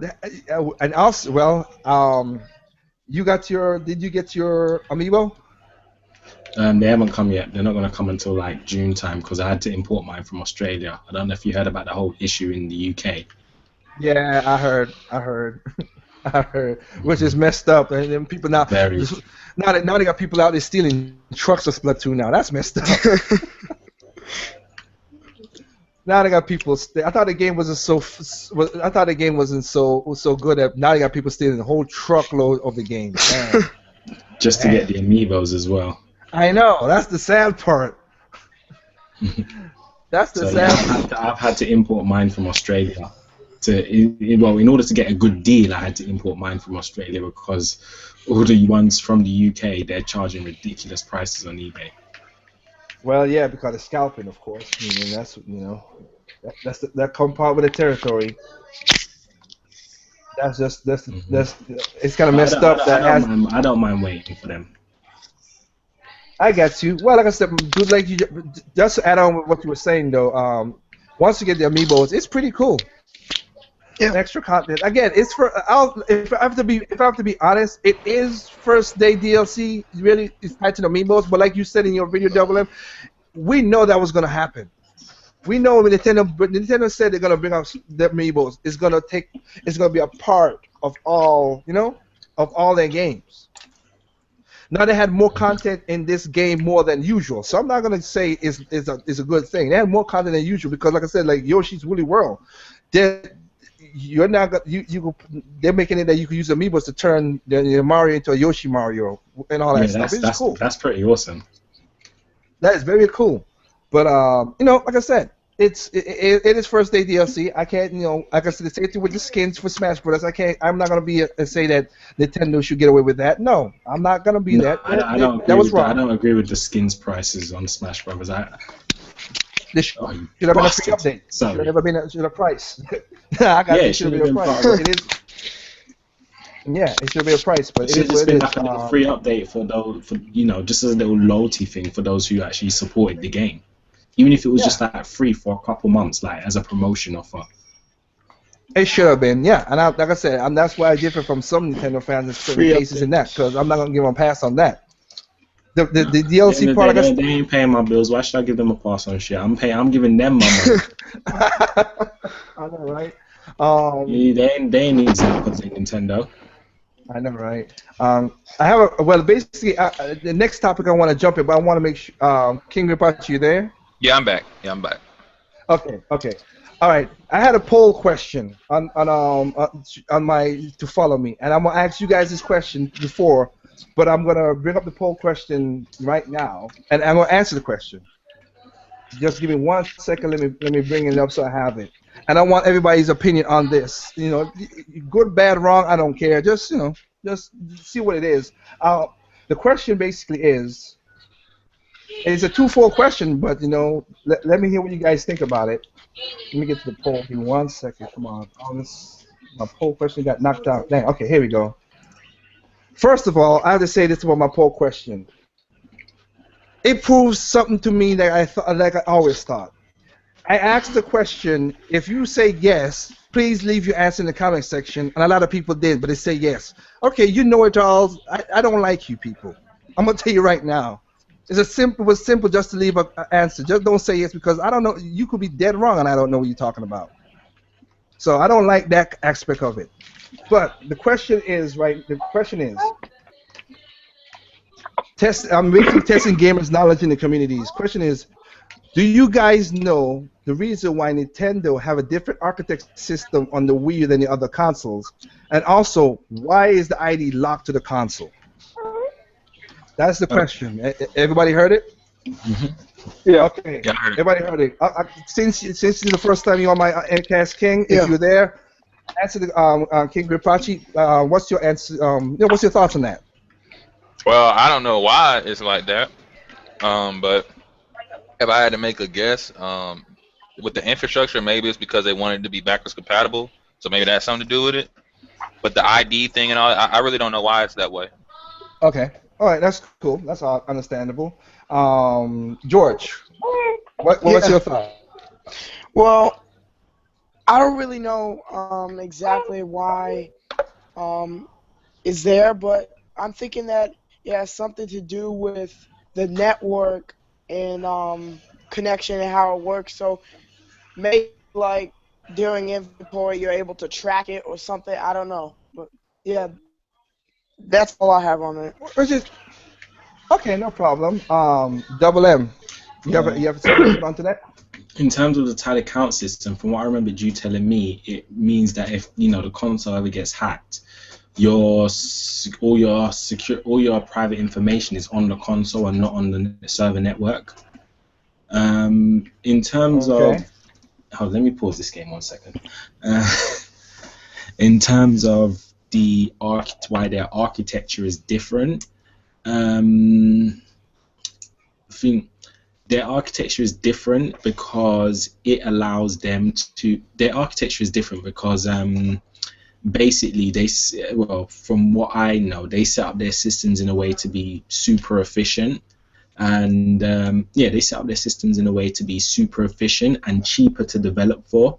So they invest quite a bit of money in their R&D to make sure that they've got architecture that they can get the most, that they can optimize the most out of, so that they don't have to make so that they can make a powerful system, but it doesn't have to drain so much power. Again, it comes to the family thing of thinking about energy efficiency at the end of the day. And if you look at the Wii U now, it only burns freaking 35 watts half the time. Okay. Yeah, it is. It does do that. You're right. But um, I'm sure. I'm I sure was there's time more. I'm out. sure there's more than one reason than that. But that's from what I. It is no, From yeah, what I know. no. That's why I asked the question. Yeah, no, it's cool. I want people's thoughts. That's why I asked the question. Timeout. Can you hear us? Yeah, I can hear y'all. Can you hear me? Okay, you heard the question. Yeah, I heard it. Okay, what's your thoughts? Um, pretty much what And he it's just said. reasonable if you don't know, you don't know. But if you, I mean, give your thoughts. I'm just asking the question. Go ahead. The only one I really, the only one that I really had was pretty much it's efficient for the as far as the architecture goes because they've been saying they've been wanting to keep the system efficient. That's why it's more efficient than the last one. But as far as the ID, not really sure. Okay. All right. That's cool. That's cool. All right. Well, let me say this. The poll basically I asked yes, no, I don't know, and basically the poll results came out to be 61% said yes, and 39% said no, said I don't know. No was zero, and I mean I had 23 people voted. Basically breaks down to 14 people said yes, that took it, and 9 people said I don't know. Now, what the people said on the yes side was, oops, let me flip it around. And Dr. Feelgood had it on it had it on here. Now, like I said, that's why I wish he was back in so he could answer, put his questions in there. But Dr. Feelgood, Malachi JC, Keith Norris, Lil Lion, thank all you guys for answering doing it the right way that you answered the question in the comments. And basically, all you guys was talking like this. Everybody's talking PC arm system, which is what Double M just said. Everybody's talking about the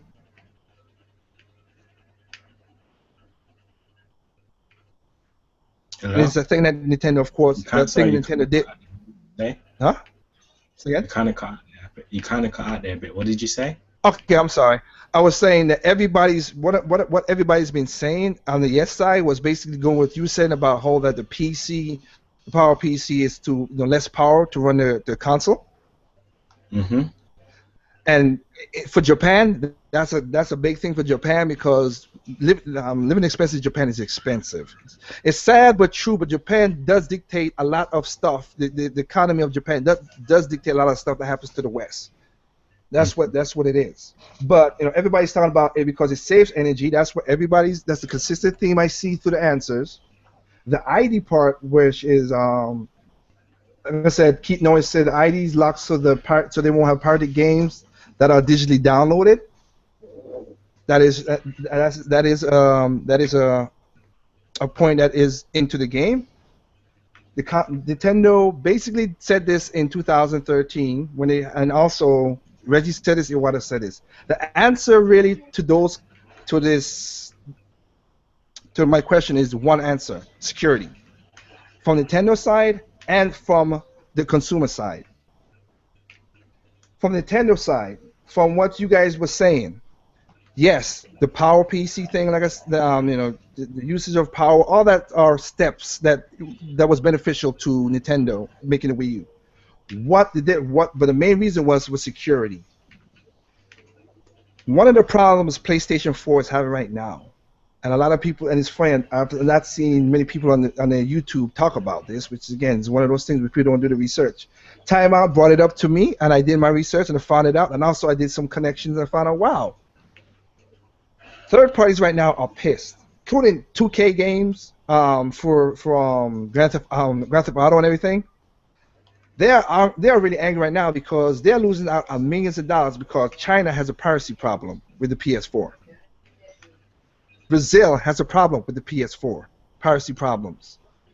Because again, in China, the government only allows 5 games to be played on their PS4 because it's a communist country. 5 games, of course. Bloodborne is not on that list.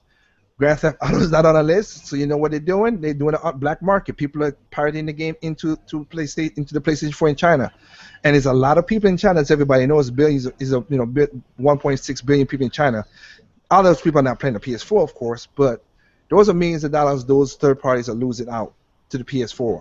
And in Brazil, they're doing the opposite. They're making, because Brazil is so expensive for the games, like $14,000 for a PS4 console. You have to they're putting in 10 games when you buy the console, but the code's cracked, so nobody's getting the money off of it, except for the people who are cracking the code and selling it in Brazil. That's something Nintendo don't want to do with their console, since Nintendo's the only person supporting their own console. They would lose a ton of money if they did that. So on their side, on the Nintendo side, being greedy, security. The architect is there so they don't get pirated. The architect is there so you can lock, and also it's easy, like Double M says, like we said before. The Wii U is the easiest console to develop for, and it's the cheapest. It's the hardest to port to. Everybody, I hope everybody understands what I'm saying when I say that. But the ID locking, the reason why the ID is locked to your console, and you basically pointed out what you said, Double M, is because like PlayStation, and I would think King of Prachi, you've seen, because you have a bigger sub base than me, of course. You heard the stories of guys who had their PS4 network got hacked in, and their credit cards being spent in other places, or they buy people's games, right? Yeah. Yeah, I've Well, heard that. what happened is your credit card is on a server which you can hack into. But if you have a credit card on a Wii U console or the Nintendo 3DS, it's locked to your ID, which is locked to your console. So if you want to get my credit card information, you have to hack my console. You're not hacking the servers. You have to hack my console individually to get my ID and get my credit card information. You catch what I'm saying? Yeah, I get what you're saying. That's what you got to do. Yeah, okay. That's what is going on. Like right now, anybody could, and like I said, the architect, like I said again, for the security reason, is everybody knows that how should I say, like Apple, the Apple OS system, let me put it this way, any system could be hacked. Let's put it, any system could be hacked. Nothing's but the architect system for Nintendo make it not easy to hack, since everybody's in the x88, the x86. Windows is the biggest company. Is the biggest software company out there when it comes to operating system. But because Nintendo choose something different, a lot of people are just saying, "I'm not going to bother with Nintendo." Just like with Apple, it's a different architect system with their OS system. They're like, that's why you don't hear that much stories about people hacking into Apple products. It can be done, but it's not happening. It's not happening as much as Windows, because why would I hack in, and it kind of works out its way to Nintendo in a good way too. If you're a hacker, why would I go to extra effort to hack into a Wii U to get credit card information from, like, let's just use as an example, from Timeout, from Double M, from King and Pachi. I gotta go to these guys' exact consoles to get their credit card information, where I could just hack, and they only have 10 million of them out there. Why when I could go to PlayStation server, hack that, and get 22 million credit cards? Mm-hmm. If I'm a hacker, that's what I'm gonna do. Why would I spend extra money, this extra time to do that, to get 1, 2, and I could get 22 that instant? Now, I did put in the question poll that it is subject to change with the DNA. That Nintendo by DNA and the structure changing now, because again, Nintendo do need to come together and have a cohesion with their console, with 3DS and the Wii U with ID. I have no problem with that, and I hope that they're doing that in that regards. But because a lot of people don't understand that aspect, that's why they condemn it. And like I said, it was a security for Nintendo, and it was security for us. That's why the architect system is different. That's why the ID is locked into the console. And if you go to Iwata's Axe, you could go to Iwata's Axe from 2013 and go to that score and see that from Nintendo. Reggie said it also when he was talking to MSNBC, and I've been that my friend Kenji's up in Nintendo. Hey, since my company works with Sony and Nintendo doing all this stuff. That's one of the things I've learned being partnered with those guys. So I hope everybody out there who's listening, hey, that's the answer. It is. I mean, it's a benefit to not benefit, but again, it's a security reason. Nintendo's doing it to protect their properties, and it's protecting us from getting our stuff hacked and problem. Because again, remember December Christmas Day last year, the only online system that I was playing was I was playing Smash Bros. Online last year Christmas, and I did not even know that Xbox was down and PlayStation was down. Neither did I. Well, I knew PlayStation was down. I didn't know Xbox was down as well. I didn't know Xbox was down until the next day. I was like, whoa, okay, did not know that. So you know, it's just weird in that aspect of that in that regards. So thank you guys out there for asking the poll question. It's something I'm gonna start do more regular. Like I have a poll question out there to ask that. I thank everybody out there who answered and comment on there, and those who said I don't know. Hey, that's also an answer. I don't know. You don't have to be a know-it-all. I don't know everything out there. Like I said, when you double M brought up the Google stuff, I don't know everything.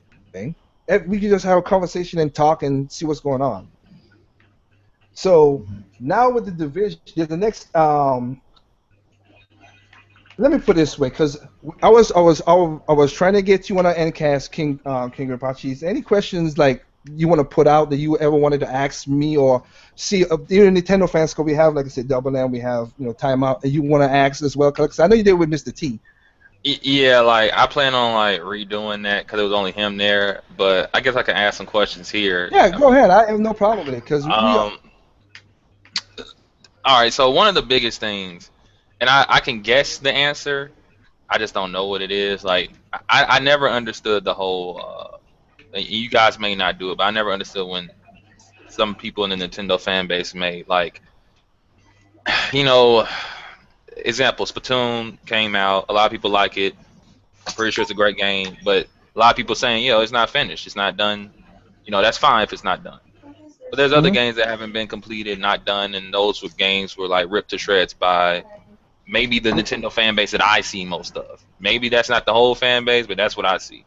And I actually respected it because I agree too. You shouldn't release a game that's not finished unless you're gonna if you play on PC, they'll tell you this game isn't done, it's in early access. That's different.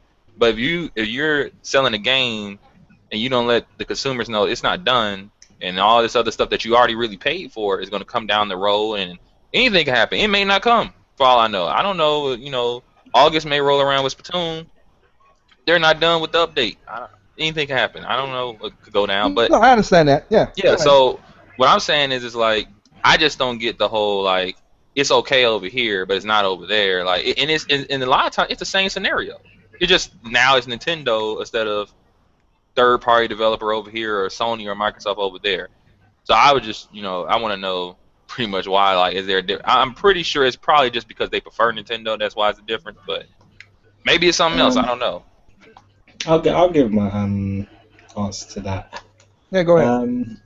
No, what you're saying is 100% right. I don't disagree with you in the slightest. A game shouldn't be released before it's finished. That is why I have no issues with people who want to wait till August to buy the game if they feel they're buying a finished product. Nothing wrong with that at all. My reason why I bought it is because for one, my reason is that Nintendo may have not directly said that we wasn't able to finish all of these modes to put in the game, but they did say they were at least honest in saying that this is the content we're releasing with the game now. A couple months time, it will come with even more content. We just need more time to finish it. And so it really put the player in the position of just choice to say, well, do I take a game that is where parts of it are finished, or do I wait till I buy the game when the whole thing is finished? And some people were just content to buy the game as it was. I mean, the fact that I knew the game, despite the fact that the game didn't have all the content, the fact that I knew that the game was at least working properly, I said to myself, you know what, I can buy the game now, and wait for the content to come later, which is going to be free anyway. It's not like a case with Destiny, for example, where, because I don't get me wrong, I was very interested in buying Destiny. It's not like a case with Destiny where they brought out the game and the expansion levels on the game were locked onto the disc, and each expansion pack is £20 each. You know, to me, having to spend £50 on the game, then spend another £40 on 2 expansion packs. That's a bit of a rip-off, in my opinion. But with Splatoon, at least I know that extra that if it was a case where that additional content was coming at an extra cost, then yeah, I'd probably have some issues with it. But the fact that it's just free, and I have that choice to say, well, I can wait till August till the whole game's available, or play what is on the game now, and then just wait till August for that content to download. For me personally, that's what it came down to, and I guess that's what it was with some others, is the choice of whether they want to buy it now or later. I was content to buy it now. A lot of people will be more content to buy in August. I don't have anything against that. That's your choice at the end of the day. But that's just kind of the way I look at it. But in terms of, should a game be released if it's not finished? No, it shouldn't. Really and truly, in an ideal world, a game should be finished before it's released. Yeah. I mean, Okay. Okay. Go ahead. Go ahead. If you have something to add, I was gonna say it was just like, I don't mind people waiting until August, anything like that, and it's not even, truly about, like, the issue that I had is especially people I know that would say, I'm not gonna buy this game, I'm not gonna support this game because it's not done. And I'm not even talking about necessarily games like that were like trying to sell you crap later. They're like, I remember there was a time, if you guys don't remember when Halo 4 came out, people were saying they weren't going to buy until they were done with those extra missions that were a part of the game. They were like these Spartan missions or something like that. I didn't really play them that much when I had the game, but some people were like, I'm not buying the game because it's not done. They're trying to, it was all free. You got them for free. They didn't cost anything, but it just wasn't ready. You mean those Spartan missions in Halo? Oh yeah, I didn't have a problem with that. I actually bought Halo 4 like more or less when it launched. Yeah, I bought it. I went to the midnight release, but some people were like, "Yo, I'm not gonna buy it because it's not done yet." Okay, I'm back. That's fine. That's your principles. It's when your principles change with the same scenario. You know what I'm saying? It to me, it doesn't make sense, because it's like, if you felt that strongly about this, and this is happening over here, but now it's like, all these excuses, or it's like it doesn't really matter. It's not that big of a deal. But let it happen again with third party again, or someone that's not like. Since I'm trying to keep it with the Nintendo fan base, because to be honest, a lot of fan bases do the same thing I'm talking about. It's not just Nintendo fans. Then it'll be an issue again. You get what I'm saying? So I don't know if it's just preference and people just don't see that they're doing that. I would hope that's it. Yeah, it probably is, just comes down to that. People just kind of get lost in their own preference to the point where they'll see the bad in one thing, but they won't necessarily, but they'll defend it in something else. And I'm just like, what, bad is bad wherever you put it, good is good wherever you put it. It's like, take for example the whole situation when Nintendo released the 3DS XL over here without a charger. I ain't gonna front, I thought that was bullshit on Nintendo's part. Like, why are you releasing your handheld device without a charger? Whatever reason you have behind it, I don't care. That's bullshit. I buy my handheld. I want a charger. Yeah. Yeah, Yeah, like, same thing. because we know I'm pretty sure, like, if Sony would release a new model of a Vita and it didn't come with a charger, it would be a problem. It'd be like, no, that's not right for them to do. You have all these complaints. But Nintendo does it. It's like, suck it up. Now, I actually with the charger thing, I feel it needs a charger. I feel it should have one. But at the same time, the reason I didn't think it was that big of a deal, because Nintendo's been doing that to other countries for the longest. It was about time they just started doing the same thing to America. They've been like, certain models of 3DSs and DSs, I think, didn't have a charger in other countries. Well, to me, the only reason it wasn't that big of a deal to me is because it's been the same charger since the DSi. So we had about 2 or 3, we had about a couple chargers here anyway. So that's the only reason it wasn't really that big of a deal to me at the time. But I still thought it was bullshit regardless. Yeah. All right. Well, okay. That's good. Y'all go back and forth. You putting your sense in there. That's cool. Let me jump in for a quick second, if you don't mind. Yeah. Uh, Go ahead, mate. you know what? You guys basically you would find out who they are on their channels by basically what you just said, King Apache. You've basically found out who they are by how their videos are put up. You know what I mean? Because they're always gonna be that. They're all gonna be the hardcore, ride or died people of any console, no matter what console it is, Nintendo, Xbox. That's why you're doing this whole thing with this crusade with everybody. So you know to Yeah. a point they're gonna be that kind of person. Now, I already like I said, my whole WTF series. Honestly, my whole WTF series started. The first person I attacked was Nintendo. I know why they did the whole plug thing, and I explained to you, Double M. I explained again. They did it because of money and shareholding, and it's a problem with the internet and all that blah blah blah. Basically, they did it because the internet now makes it that people could watch the Japan Direct and see. Oh, and of course the news is going crazy. Oh, there's a new 3DS. Well, what that did is stalled out the 3DS selling in America because we know there's a new 3DS coming out. Why would anybody recommend buying a 3DS if there's a new version, upgraded version coming out? So Nintendo 3DS in the Western market dropped a lot, and the shareholders were like, "Whoa, this is crazy." So what they did was they took the same box and the same package and everything from Japan and Australia, and they just reimagined it for English for the Western market and just sent it out there. They wasn't thinking about. They were just saying, you know what, hell, we're gonna just send without the chargers.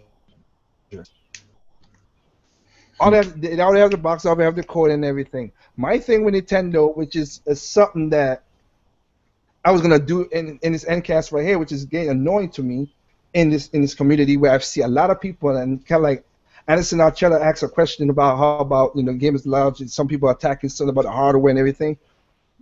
I don't understand, and I'm gonna start. I think I'm gonna do my own little show about this. Everybody's saying Nintendo, the Nintendo Wii U is weak, blah blah blah. They don't have the software. It's a weak console. The usual stuff everybody always say that Nintendo software is weak. My thing with that is again, and you did a video on this, and that's why I commented on your video, King Kabrachi. And I've been saying it since the beginning of my channel. Power without optimization don't mean jack squat. Don't mean shit. If you ain't tell you that. Even in terms of building a computer, if you put a really powerful graphics card in your computer and you don't have the memory and the process to keep up with it, your computer is actually going to run worse. Yeah. And we had two great examples of that. Again, we have two again. Microsoft Xbox One is more powerful than Wii U, but Project Cars still running at even dropped below 20 frames per second, 900p.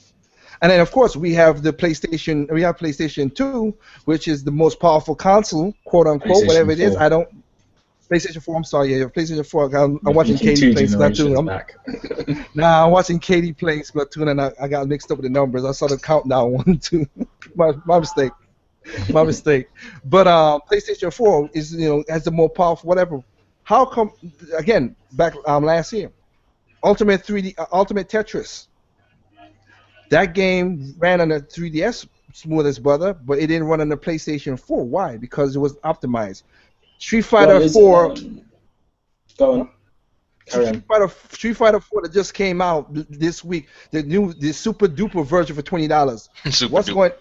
What's going on right now? It has frame rate problems. It has glitches. It has bugs.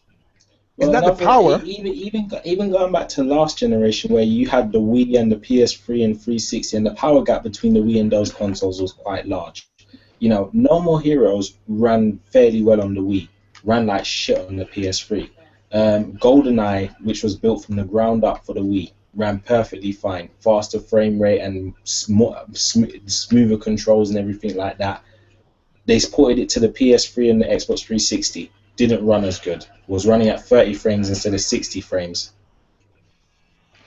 It's all just like I said, I know King and Kabachi. and You there and said there was and there was meant to be a massive power gap between those those systems. two consoles, yeah, it's Yeah. optimization. That's why I have the problem Hmm. with Project Cars. If they took their time, I think they would have made the game better if they took their time and focused on it, but it didn't, and they rushed it because one thing is about publishers, and I always said difference between devs and publishers. Once you sign that contract with the publishers to get their money, you basically led by the dick by those guys. You got to. They're putting 3, 4, 5, maybe 30, maybe 50 million into your game to get it mass produced. That's what they do. You have to go by what they say. That's why it locks. That's why a lot of publishers, when the game gets about 80%, and again, I've seen this personally working at EA when I used to work at EA and Ubisoft.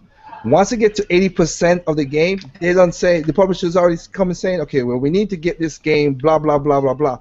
What do you have that's not significant, but still we could lock it as a DLC or pre-order bonus? That's what they do. They do that from the get-go. Now, going back to the whole Wii U process that we just talked about with the power system, it's something that some people are saying about. Oh, it's what is saying? Okay, they're saying, oh, it's Wii U is weak, it's generation behind, it's a half generation. Let's just like we said with the DLC at the beginning. The generation stupidity is annoying. A generation is a time frame. It's not no freaking concept Power. of what. Yeah. Yeah, it's not a concept of technology. It's a time frame. 10, 30, 30 years. That's what it is. The Wii U is the next generation of the Wii. I don't know why we're changing the definition of words now just to fit our arguments, which is stupid. But some people are now saying, oh, it's a half step. It's a half generation jump. Wait. So let me see. Wouldn't a computer that I built with the top specs last year be less powerful than if I built the computer with top specs this year? Wouldn't it be? Makes sense. That's simple. That's not bashing nobody's thinking process, but that's simple. And people, the Wii U came out before the PlayStation and the Xbox One. So, and it already started way before the Xbox One and the PlayStation 4. So of course it's gonna be a power grab. But again, but again, But this is another thing when it comes to the whole power thing with the Wii U. I'm not trying to say that the power gap between these three consoles is so small that it really just comes down to how you design your game. Like it's not that the power gap isn't even that significant because in fact there's aspects of the Wii U that are actually more powerful than the PS3, PS4, and Xbox One. well, a lot of people don't see those things. Like for instance, Like I said, The processor in the Wii U is faster than the processor in the PS4 and the Xbox One. The graphics card in the PS4 and Xbox One are better. The Wii U potentially has the highest memory bandwidth as well, and the fastest EDROM. it has the fastest memory.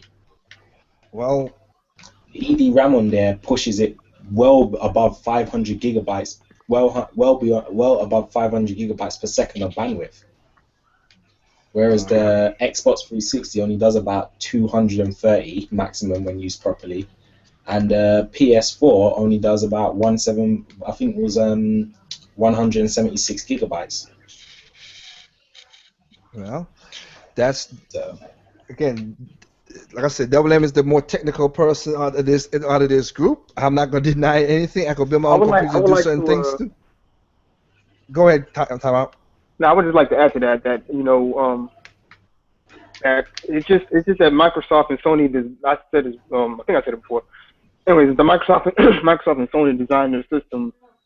They focused on different things in Nintendo. Nintendo focused on a new way to play the game, different aspects that, and Sony and Microsoft obviously focused more on power, as far as visuals go. And it's evident with I keep using an example, the Drive Club developer. He stated this that he wanted to do a second screen experience for the PS4 for Drive Club, but he couldn't because of frame rate issues.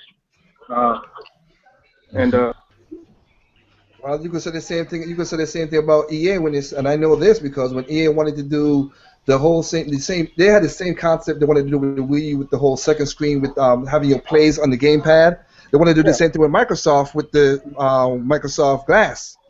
That didn't happen because they pulled their support on it.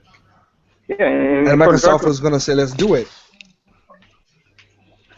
oh, Hmm. oh, yeah, but yeah, like I was saying though, it was a frame rate issue, and I'm saying the which card doesn't have those issues with the second screen. It's because they designed Yeah. it like that.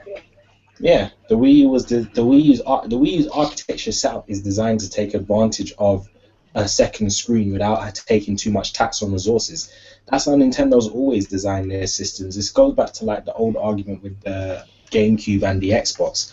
A lot of people thought the Xbox was so much more powerful than the GameCube because on paper the specs looked higher on the Xbox, but a lot of people didn't realize that the GameCube was modded in a way that where certain features didn't take up resources like they did in the Xbox. And Well, it's the like, same. well, It's the same with the Wii U and the gamepad. They've designed the system in a way where the streaming to the second screen doesn't take up massive amounts of resources. Yeah. Whereas Sony and Microsoft haven't necessarily done that. So to try and pull that off, it's going to be more difficult. but well, there you go. But you know what? And to add to what you just said, everybody thinks. I heard a podcast just a while, like a legitimate people who do podcasts as their journalism, whatever. They're talking about Xbox One was the more powerful system, like you said with the specs. But again, people who worked on the Xbox, again, Julian Engberg, David Dyack, Shinji Mikami, all these guys said that the GameCube was way more powerful than they are, and these are guys who work on on the systems. Said that it was more powerful. Again, if you want to check out IGN, and voice chat, NVC. The thing that came is funny that that's why I don't like journalism. They basically interview these guys. Those guys said it right to their face, but it's still And right then they crap on twist their. the information. Yeah. They're right there, and thank you, George. I'm here telling you what it is, and then the next week they still say, "Well, the Wii U don't do that." You just had a guy on there talking about it. God forbid if you guys use your brains. Jeez. That's the annoying part why I say journalism I sucks. mean, and also as well, like the Wii U is the only next gen console that has a next gen game that runs at a locked 1080p 60 frames, That which is is for Smash true. Brothers for Wii U. Yeah. And that is so hectic to get what Sakurai did to get that game locked and do that is amazing. I'm not And let even me gonna tell you deny that. and let me tell you the videos on YouTube do not do that game justice. You have to actually sit down and play it in 1080p on your television to Well, see you how see, good that game actually looks. that's the one problem Nintendo does have, and just like I said with Splatoon, and that's why I try to pervade the King Krimpachi. The problem with Nintendo thing is you have to play it. You can't.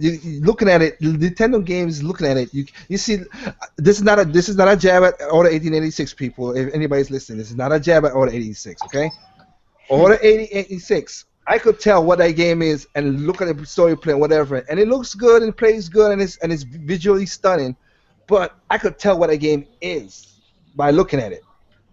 Now, Splatoon, you can look at it and say, hey, but when you play, it's a different setup. It's so different. Just like Mario Kart is different from what was it again? Big Planet Go Kart and all them other cars they try to Sonic Transform is nowhere close to Sonic because I hate the drifting in Sonic Transform. I don't like that drifting style. That drifting style does not feel right to me. Mario Kart nails the drifting the feel in the game, which I like. But I'm just saying that's what's the Nintendo problem. A lot of people's not buying the Wii U because other than people right now are looking for features more than graphics. It is what it is, whatever. But the reason I play Nintendo, the reason I have a Nintendo console is because of the fun aspect. I mean, like I said, all of us here have already said Splatoon is an awesome game. It has features, it has problems. Again, no game is perfect. There's never been a perfect game, and there's never gonna be one. That's something that people need to let go because it's never gonna have that aspect. Is it perfect in your eyes? Maybe, but again, what's perfect to you is not perfect to me because I could see flaws in Splatoon, and we talked about the flaws on it. George, Dr. Phil said about the voice chat. Double M and me say, hey, it should have had remote control added to it because I think that would be more precise. But I'll even point out another flaw, and this is because another flaw, and this is just to like help the balancing so that people don't play this game like it's Call of Duty. There should be a limit on the amount of a certain type of weapon that goes in when in every lobby. So there should be like no more than 3 types of splatter shot weapon, no more than 3 types of splatter shot weapons, no more than But 3 types of rollers, no more than 3 type. Huh? that will end up being another complaint that people will have. To Yeah. limit people they can choose, that would be wise because let's I said, say that I all she uses is the roller. hmm No, what I'm saying is that when you basically what I'm saying is that when it matchmakes you, it will make sure it puts you into a game where it isn't. It will make sure it will be coded so that it puts you into a game where there isn't too many. There's a space for a roller, if you get what I mean. It's not where a thing where it will say to you, well, oh no, you can't come in this lobby because you have a roller and there's already 3 rollers there. That will just find a server with you that doesn't have an extra roller, if that makes sense. No, I understand. Yeah, it makes sense. It does make sense. Yeah, it does. But I would say this though. Of course, you're right.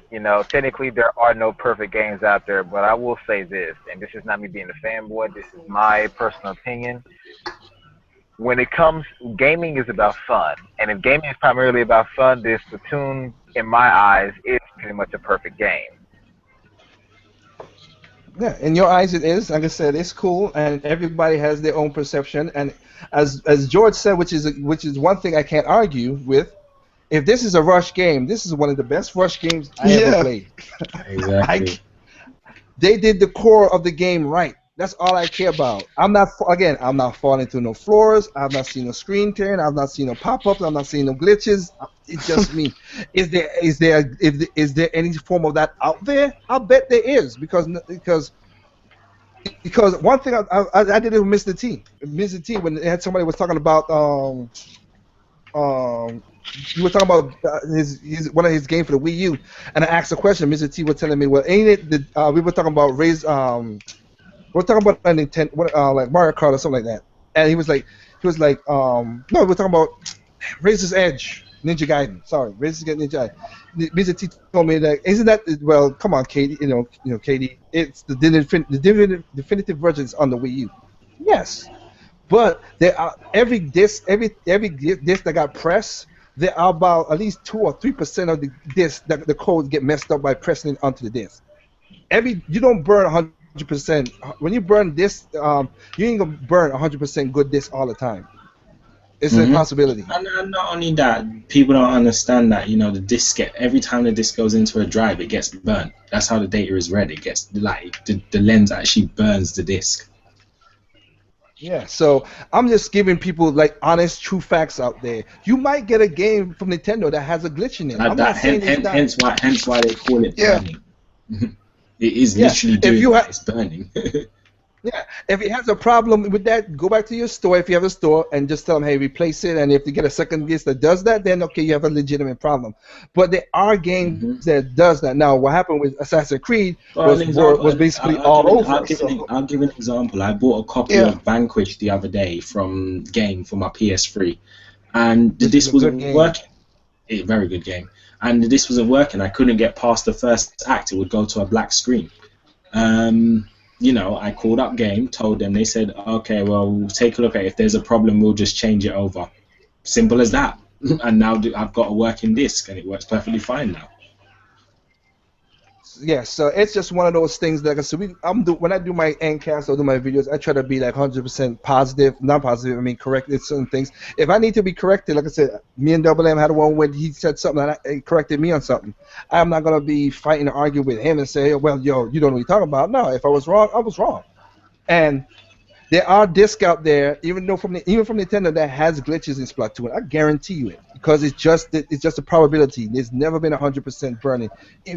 There's so many music artists back in the day when you bought Fuji's. There's some of this, even though it looks smooth or whatever, it didn't play. It has some DVDs out there. Spider-Man, the first Spider-Man. When you put it in your DVD player, it didn't work because it just hmm does that.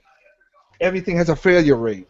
The problem is you want the failure rate to be less than 1%, and that's what kind of hurt Microsoft for the 360 when it went way past the 1% with the red ring of death thing, and hurt them. That's what happened with Microsoft. But that's for another topic, another day. And I have, King, you back? Because I have a question to ask you. Yeah, Really. I'm bad. I lagged out. My bad. No, it's cool, dude. I mean, I'm lagged out because, like I said, my family's using their iPads. My sister's playing Splatoon. I'm using this right here.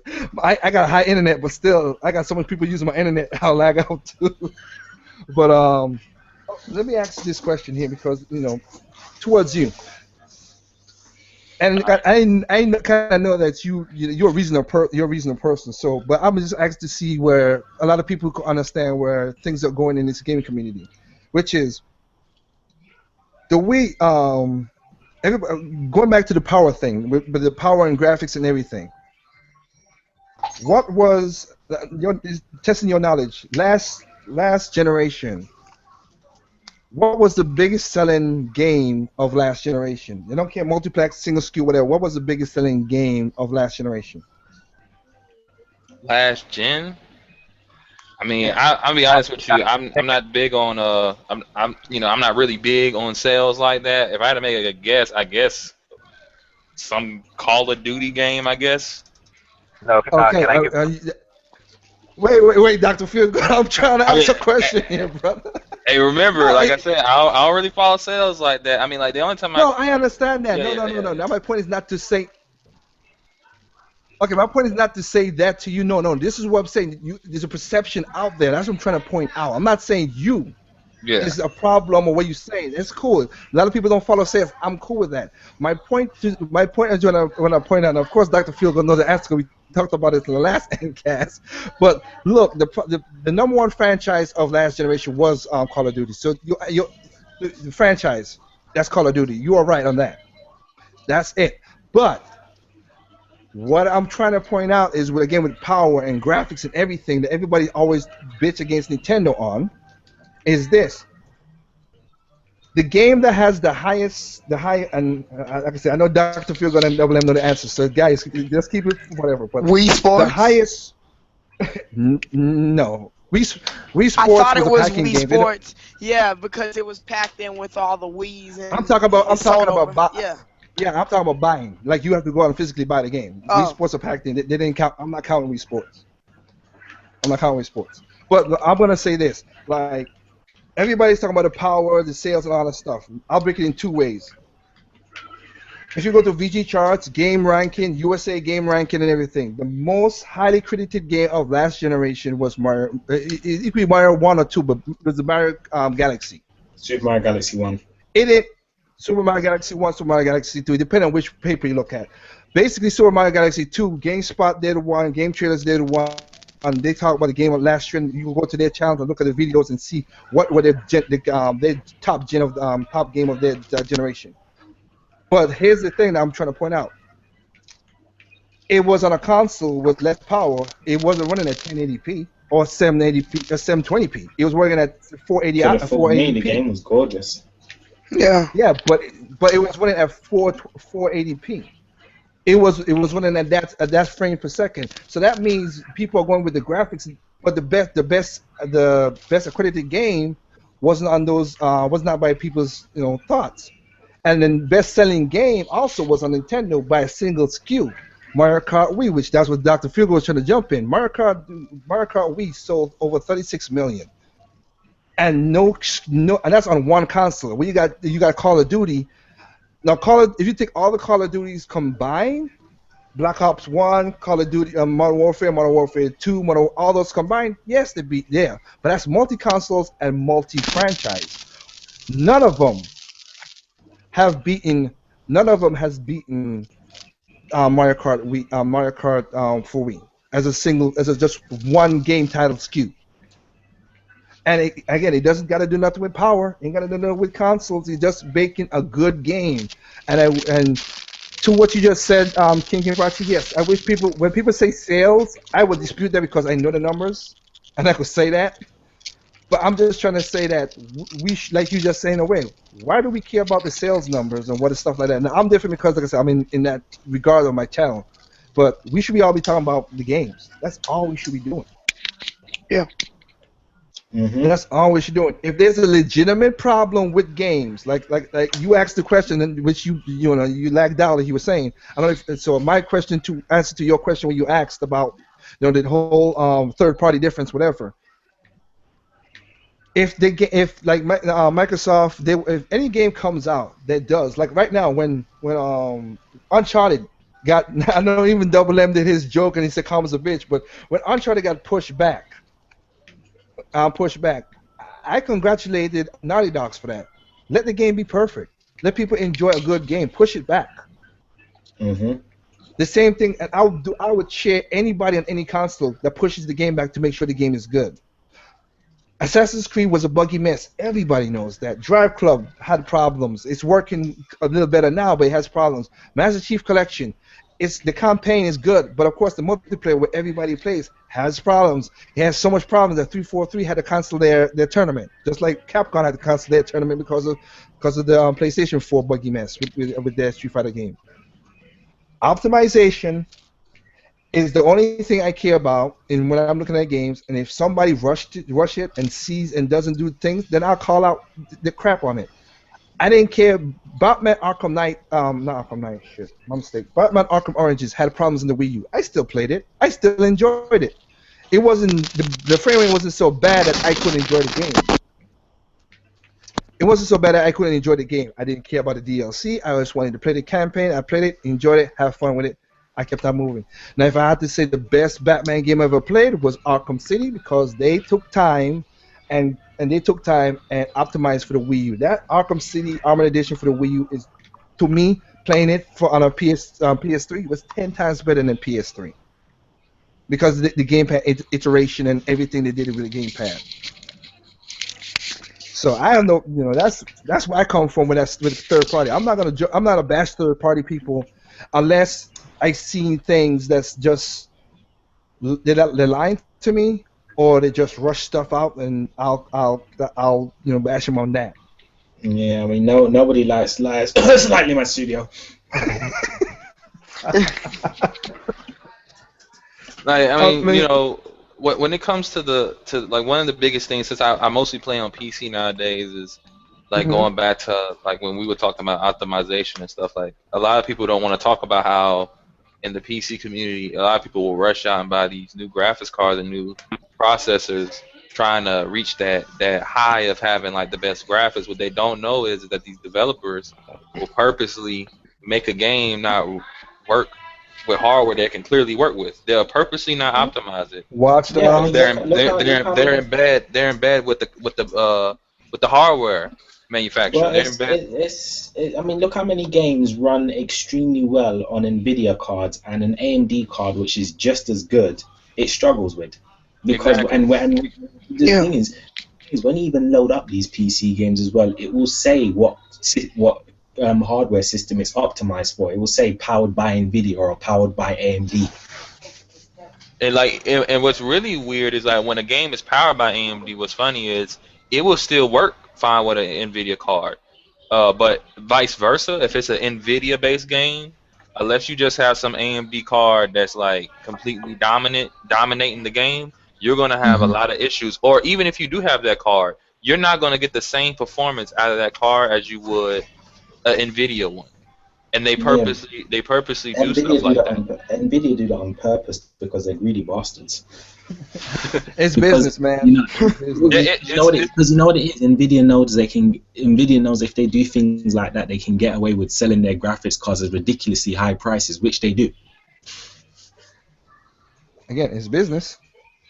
It One is. of It Business. definitely is business. It's business as usual. Yeah, But cold cut, no mercy, no hold bars business. because if you look at like The Witcher 3 is having like issues running on older hardware.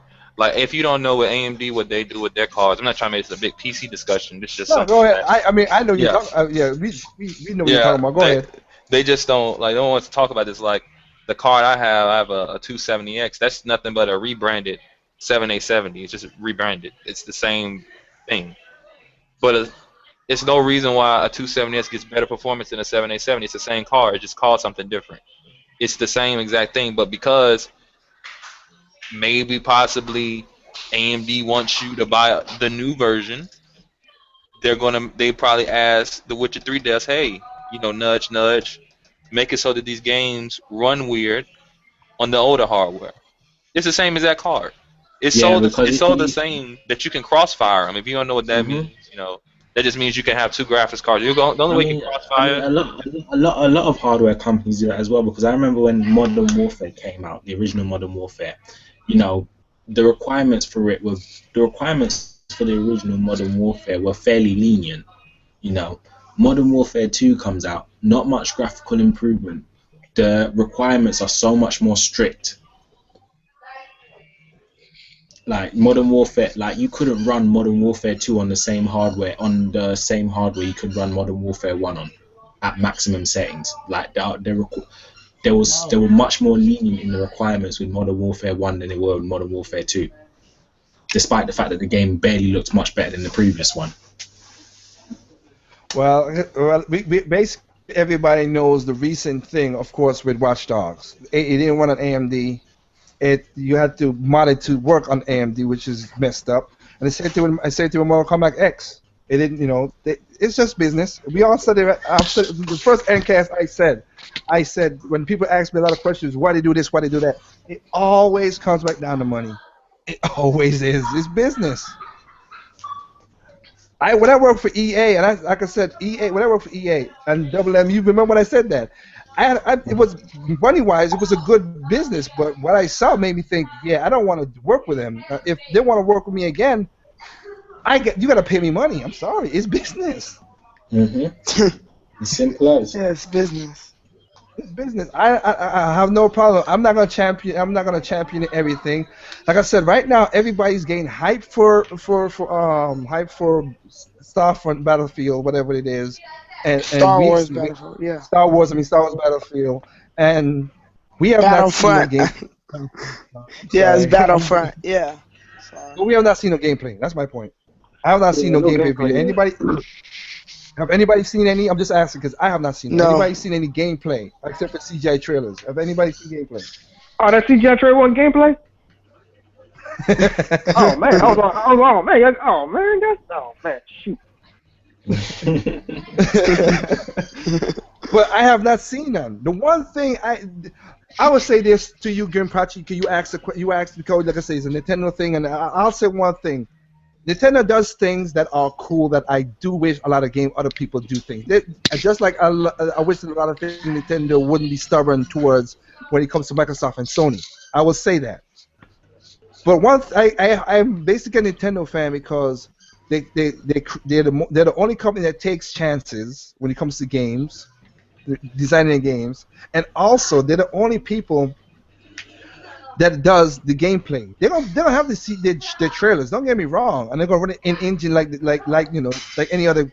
But when I saw people playing Splatoon on Treehouse last year ET when they revealed it.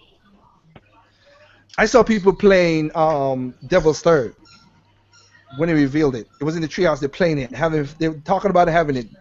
That's one thing about Nintendo I like. At least I could say, well, at least I know what the games look like. Because there's some, like I said, when I see some games, and I'm like, I don't know. Cause they had a direct this morning with Project Treasure. It's it's basically a hack and slash Left 4 Dead Tomb Raider game. Which is cool. And we could do it. Yeah, it's cool. It's cool, but I don't know. I'm not sold on it yet because I need to see full game. I mean, to see what really is the whole thing about the game. I don't know anything yet. I saw them hacking, slashing mummies, and that's about it. They steal a weapon and they steal money and they went someplace else. And remember, this is a free-to-play game, so we don't know they're gonna have microtransaction or some kind of crap in there. So that's not selling me on the game. Well, they ain't just doing this for the gamers. Stop talking that lie, man. Stop talking that lie. Stop talking that lie. So there are things Nintendo does that's good. There's some things Nintendo does that's bad. I have no problem with PlayStation for what it does. It does good. The same thing for at the end of the day, Xbox. At the end of the day, these are all just businesses, and all these systems, they're all good consoles. You know, at the Yeah, end of the day, it just I depends on have, how these companies support them. and I do have one thing I want to say before I want to, because I want to get into questions and call it a wrap. But the one thing I want to, one thing I want to say one thing because I'm hearing this too much now, even on the Nintendo side. Like I said, I'm not the fan side on the Nintendo side. Everybody's saying this word, which is so. Okay, let me not say that because it'll be inflammatory. Sorry. This whole, oh, it's 2015. This should be happening. You know, there's so many things that happened in 2015 that should be standard too, as all these people say that, and it don't. It's a double-edged Hmm. sword. Like games that aren't broken should be a standard in How 2015. thank you. How the heck we came from Exactly. how the heck we come from generation 7, 5, even let's go into 6 and 5, where games came. There were a higher rate of games working day one than today. We have more Mhm. power, more technology, more Exactly. everything, but we get more broken games. This is why. We've got This three powerful systems that are capable, that are very, very capable. and it should be working day one. Wait, this is why. Because developers get into a mindset of that. Okay, we could just fix it later. We could just send a patch. A couple months later. That's why games are broken. Because now, since people can play online, developers get into a mindset is that they can just patch it later on, versus just release a non-broken game at launch. That's why. Well, that's one of it, and also the publishers Yeah, force them to rush the game because yeah, that's they want one. to make their money back. That's that's something that should be this 2015. Why we have broken games? It's 2015. Why can't I take a disc? And since people are saying about saying Nintendo need to be able to voice chatting, why in 2015? Why can I not take a disc that I bought from the store and put it in my console and play the game without updating?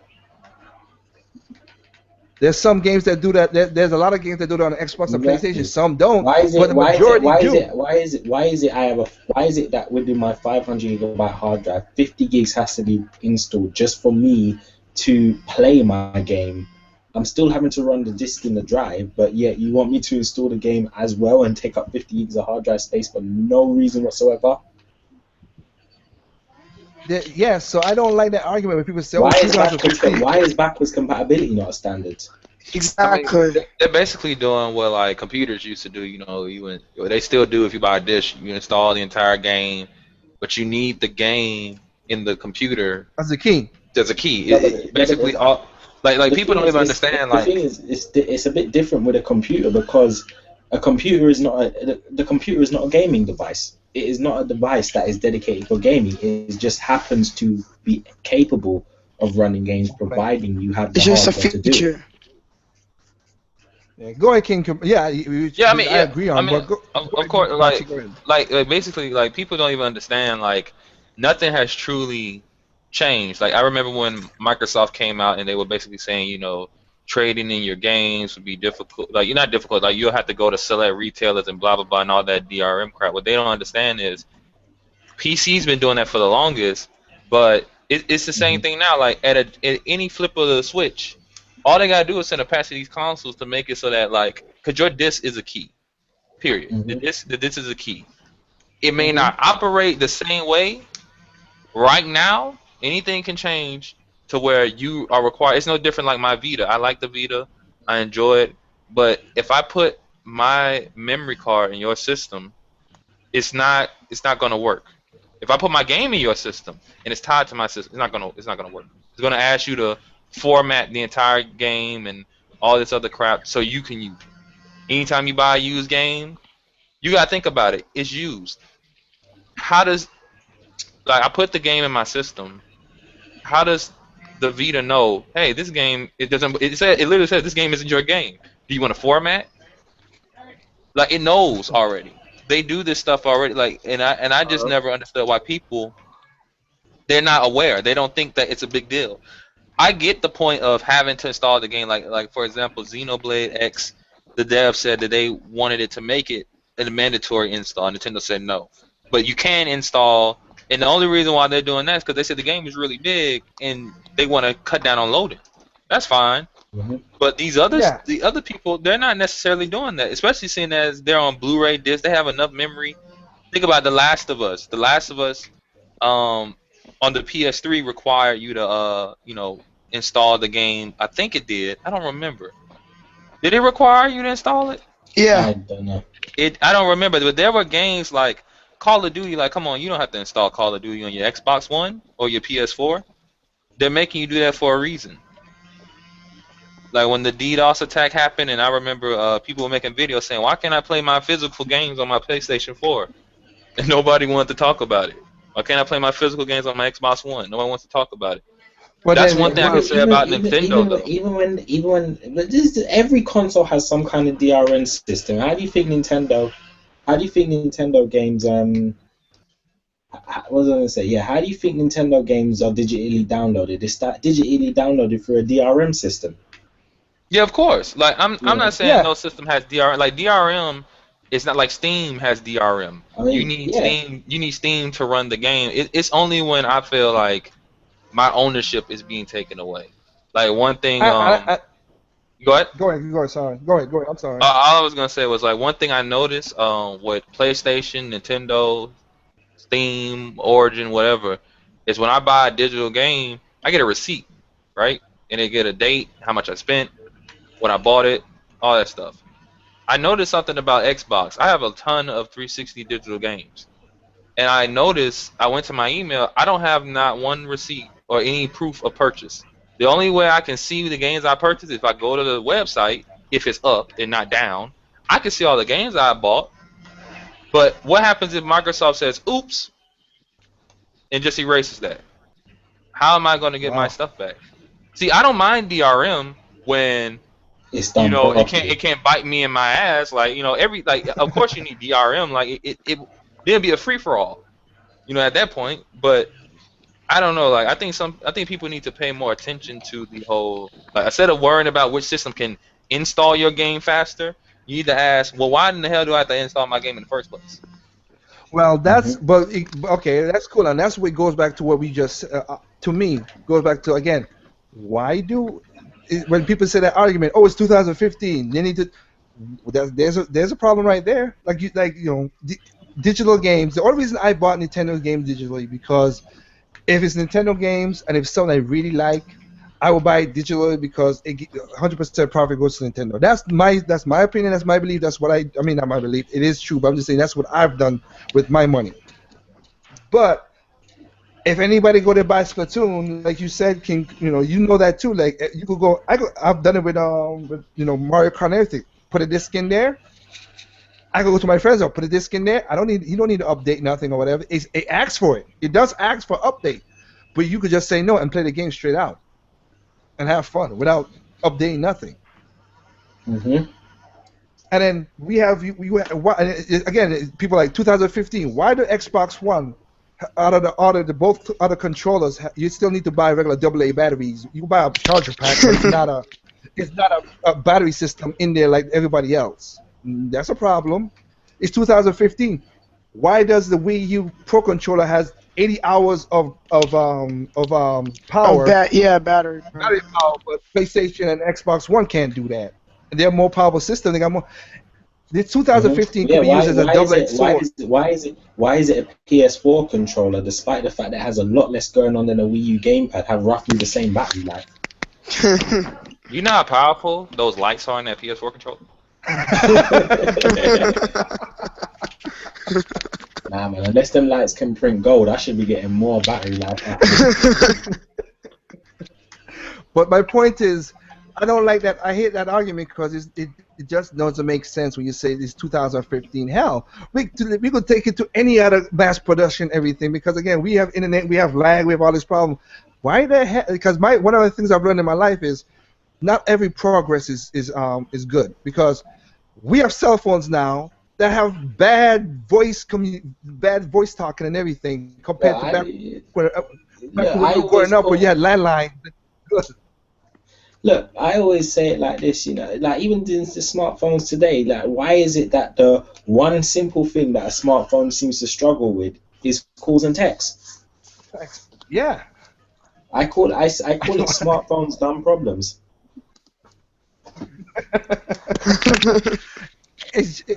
I don't understand it. So again, it's just one of those things that you know, people look at. I mean, my thing is just like any. I've said it in my videos many of times. Look and research. If you are a, because you know, like I say, you have somebody on your channel, Kim Kiribachi, that I'm not saying I don't like the guy, but he says a lot of stuff that, and you know, I would think you figure out who I'm talking about. Like he says a lot of crap Comment that's like. or in my videos? No, comment, and he's sub to you. You've talked to him back and forth. I've seen you comment back and forth in each other's videos. Yeah. I mean, you might have to just say her name because I don't know who you're talking about. Big, 20, you know, I just I can't have enough of them. Big, Oh, you know what I'm talking about. oh, Jeez. oh, okay. Okay, okay. You get what I'm saying now? Jeez. Yeah. I have no. Like I said, I'm happy he sold his Wii U. If you don't do, my thing is do your research. If you found, if I'm you not don't that know, dude. you finally figured out time out. But my point is this. He sold his Wii U because he didn't like it. That's good. Sell your Wii U. You didn't like it. That's a good thing. Now you should be championing your console of choice. That's what I will come to your channel about. If you're a channel about Nintendo, if you're a channel about Xbox, PlayStation, PC, that's what I'm coming to your channel to talk to listen to. I don't want to hear the rant and the raving if you don't play the console or you are not equally, you know, equal in your criticisms. That's my gripe with certain people on YouTube. Because why? But it's like one guy that sold his Wii U that was that I used to be subscribed to. You know, I made a video in response saying, you know, you sold your Wii U. Why do I need to know? I don't care. If you felt the need to sell your Wii, that's fine. But why are you bragging about it? Like, you know, it's Trying to get that publicity. Well, everybody's here for clicks and views and, you know, whatever little ad money they could get or whatever. I don't understand it, but like I said, you know, a bunch of again, desperate bastards. But like I said, you know, some of his comments I've seen is just irrational comments. Again, it could be a put on. I don't know the guy personally, because there's some people out there who play their fan base just to put on the entertainment. I'm angry right now. I mean, you know, I think like he says in his videos, he said he just likes messing with you guys. I guess messing with the fan base. So I guess that's why he's doing it. If he said so, I don't comment on his stuff. I don't say nothing to the guy. I'm not one of those guys who go in and prove him wrong. See, again, I've done my, you know, like I said, I got questions. I don't want to make this thing as long as usual. But one of my things the two experiments that are going to produce a video for me this week and next week was that this week I talked to developers in Japan. My company, I got to start back up some stuff. So I'm talking to some people from Platinum Games. I'm talking to some people from Nintendo. I'm talking to some people from Sony online. Sony Entertainment, of course. And and what they said made me think of a video that I'm gonna do, which I'm gonna put out. Also, the point that I'm going to what you just said right there is that I have gone into Angry Joe. I can say the name because they made a difference. I've gone into Angry Joe, Black Bond, all the people in there. I know who they are. That's their channel. I understand who they are. My point is, we are now following so blindly as sheeps with these guys that their comment section is basically like zombies. Pretty much. They recite the same crap they say, even though they don't check their own facts. Black Bond, he had his video talking about Shigeru Miyamoto. He said about Shigeru Miyamoto, don't do this. Okay, but you know what? His article was 2014 February. You know how much things have changed from since then? But he used that as a relevant term for his video that he just put up last week, which is stupid. But again, he could be putting it on as a show. But his fan base just eats that stuff up and just spits it back out. Good old Black Bond. He just spits it back out, and that's what I'm talking about. Like I said, like you said, if he's doing it as a put together, You know King what? You Krupachi, if know he's what doing those as a people. You know what those people follow Black Bond and can't make up their own mind to do. Can't make up their own mind as men because they're gay. Jeez, man. Okay, Any man that has to follow another man to make decisions, or to any man that has to follow another man to make decisions, you're gay. And that's not saying I don't have anything against gay people at all. Like, whatever who you choose to stay in the closet with, that's your business. Like, just don't push it up on me. That's what I'm saying. But like, yeah, if you have to follow, I was raised in very, very traditional Caribbean culture. My dad was born in Jamaica, and I was raised in very traditional culture. And as far as I was taught, if you're following the next man if you're following the next man to have to make decisions and not make decisions for yourself as a man, then you're gay. But all I'm saying is this: Bachman could talk. He's a PC guy. He could talk good stuff about his PC and promote that. But when you have something called "Let's Follow the Hate" as your Twitter handle, yeah, he just wants drama. I think I heard that from mine. Yeah, that's it. He wants drama, and that's what he's done. He got 18,000 people following him. Good, but that's the only thing about. Like I said, some of these guys don't do research. If they do the research, they're just falsely putting stuff out there. Because I had a conversation with active Omega Sin, whatever his name is, the white guy with the red beard, Yeah, and go crazy with the power. Alpha Omega Sin. Yeah, I had a conversation with him, and then again, I don't know if he's putting on a front, but the way I ask some of these questions is like, I hope you're not that stupid. I really hope you're not that stupid. Please tell me you're not when you talk, because I asked basic questions, and he was just spitting out crap. I was like, but you know what? I ain't gonna bother. And when I asked the last question, he didn't reply back because maybe he thought I was being a jerk. Could be. I was just asking simple questions, not like super money business and all this stuff like I've been talking about now. Kate, you don't get it, man. You don't have the answers, man. So I've been doing this more than you. Hey, what's his name? The Lozzy artist? The what? You mean? Y'all know the Lozzy artist? What, the retarded artist? Yeah, that dude. Yeah, Shadow Fox, isn't it? No, was it Red Fox? I'm a Shadow Fox. Yeah, Shadow Fox. Yeah. Was that one podcast he did with a Lozzy artist, and he tore him up with all the. I don't know if y'all seen that. I don't know if y'all seen it. I've seen it. Okay. Yeah. So he's back again. That dude's back again.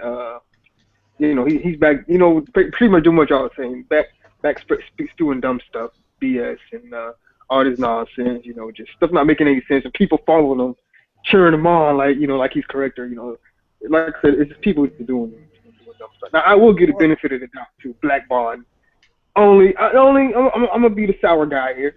I'm gonna give Black Bond the benefit of the doubt, only because I think he's only doing it because that's his character, and he's only trying to. I believe that. That's what I'm saying. I believe.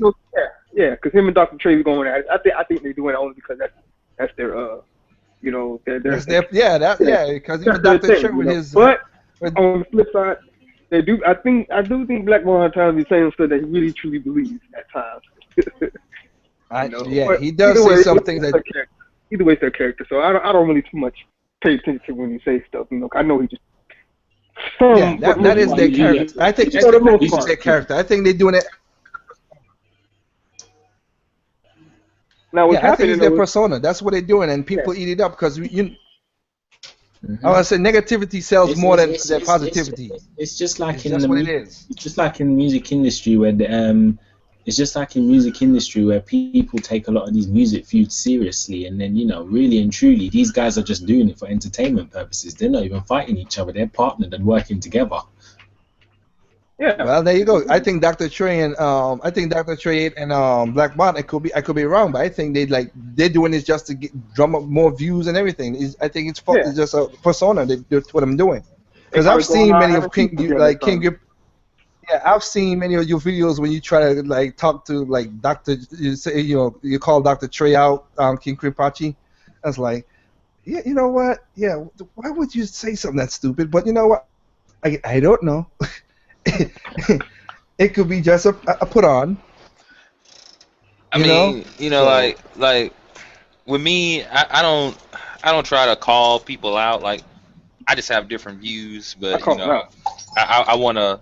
I also want to like address them. I don't want to just be like, yo, I saw this channel, I saw this video, and I don't say no names because I want people to go back and see what I'm talking about. Cause yeah, Trey's I've talked to Trey like maybe 2 times. He's okay, you know, but he does say things that he really doesn't know that much about, and that's where like the disconnect Talking comes about the from. PC stuff. Like I think me and Trey had a conversation about Batman on the Wii U, and he was telling me it had a locked, unlocked, capped, uncapped frame rate, and I'm like, that doesn't make sense. That's like me saying I have my front door is locked and unlocked. Like, I mean, if I had 2 locks on it, yeah, one can be locked and the other one cannot be, but the door is still locked. If one is like none of the stuff he was saying made any sense. It was giving me a makes headache. sense. I No, got I you. think Yes, yes. maybe he tried to say like how what's that game? Gosh dang it, The Witcher is how it's sort of locked, but it has like a range that it could go to or something like that. I don't know. Maybe that's Like what he meant. okay, so that like when you say I have a frame rate cap, that means that it won't go past a certain frame rate, no matter Yeah. if your hardware will Yeah, allow it to or not. That's what a cap is. yeah, When you say it's yeah. locked, that means that it's just locked at a certain frame. It won't go nowhere. It stays at that frame rate the majority of the time, if not all the time. Those are 2 different things. And like when we were having our conversation, he didn't understand the difference. So I'm trying to explain, but he's confusing me because you know when you hear something that doesn't make any sense, you start getting confused. You're trying to help, you're trying to follow along. It's not making sense. I got you. I I got got you. you. No, well, there you. But like I said, that's what I'm saying. I don't know if it's a persona or whatever it is. I mean, I am who I am. I put out what I put out. People like it. People don't like it. But I don't. I don't start drama out to start drama. That's my point. I'm not. But if I say anything out there, I told anybody, if you got a problem with me, and the thing that killed me is many people have said, "Oh, you're wrong. You don't have this." I'm like, okay, come on the endcast, and let's bring your facts, and let's see what's going on. And they never showed up. Or they But they're a said, I bunch of can't do it. pussies. Well, they can't do it, which I'm not starting no trouble. I'm just saying, if you've commented on my video, well, and you don't see something, then let's have it out. Let's have a talk, like you're doing with your crusade, and let's see if we could have rational thinking people, not just That's throwing because that's because half of those, like I said, that's because half of those people, in all honesty, they're just pussies. Not all of them. Some of them some of them may have legitimate reasons for not. you're not helping. You know that. You really know. But I am just one to say the truth for what it is. That is the reality of it. They're shook. You know, Oh Lord. they want to not they want to they don't want to be in a position where they potentially may have to face the truth or be proven wrong. They want to be wrong. They want to be what my mum has always told. My mum's always said to me, you can't be wrong and strong, and that's what they're trying to be. They're trying to be wrong and strong, and they know they can't be wrong and strong. That's why they don't get involved in any intelligent debates or anything like that. Because they know they can't be wrong and strong. That's why half the people that are meant to go on Shadow Fox's Wii U versus PS4 and Xbox One comparison. That's why half of them don't show up. Well, yeah, and I have to give it to you, King Kripachi, because I did watch the one with you and Shadow Fox went into that, and I say you guys handled it like you're supposed to handle it. Mm-hmm. You know what I mean? Just chit chatting, talking, and Yeah, I mean, I told him, I said, look, I said, I don't know what you told these guys, but every Nintendo fan, like, in the community that I've came across, they're like, man, like, nobody wants to debate Shadow Fox. And I'm like, look, if there's ever a time where we're going to have a debate, he wants to debate me, I'll do it. It doesn't make me any difference. If I'm wrong, I'm wrong. If I'm right, I'm right. It's that The simple. point of debate, well, really, is to learn well, something at the end of the day. yeah, but Really, the debate is a learning process. But it is. But here's the thing: that what Shadow Fox does, what people have this perception with him, is that he's a tech guy. We know that. That's what he's all about. But the thing is that people, you've seen a couple of his videos when he talked to all these other guys before. I know their names, but I don't know off the top of my head. But they say stupid stuff. They don't say stuff that say that they go beyond, like you just said with Dr. Trey and everything, whatever. They say stuff that makes you hurt your head. When the guy was like, Mario's just a gay game, man. He got no color. I'm like, you ain't gonna play if it's shoot. What are you talking about? Where did that topic came into what we're talking about? They just come out of nowhere with half of the stuff they're saying. And Shadow really don't make them look like a fool. They make themselves look like fools. Oh yeah, Mm-hmm. Shadow's just himself. Yeah. And and like I said, I watched the podcast with you and him, and that's what you did. You didn't come off and say, "Oh man, but you're wrong, Shadow," or whatever. No, you came like, "Okay, yeah, okay, I see that." And you ask questions. But those guys are so locked in, and like I said, every fan base has this. They're locked into their thoughts. They just, man, you don't know what the hell you're talking about, and it just go downhill from there. From my point of view, when I look at this, here's the reality of it. None of these companies are paying my bills. They may be paying Liger's right now, and that's why it works. None of them are paying my bills. Hey, man, don't hate on me, man. Jeez. I ain't hating. I'm just stating. There's a difference. I got you. But no, none of these, but on the reals though, none of these people are paying my bills. So why should I give a fuck of showing any form of loyalty to them?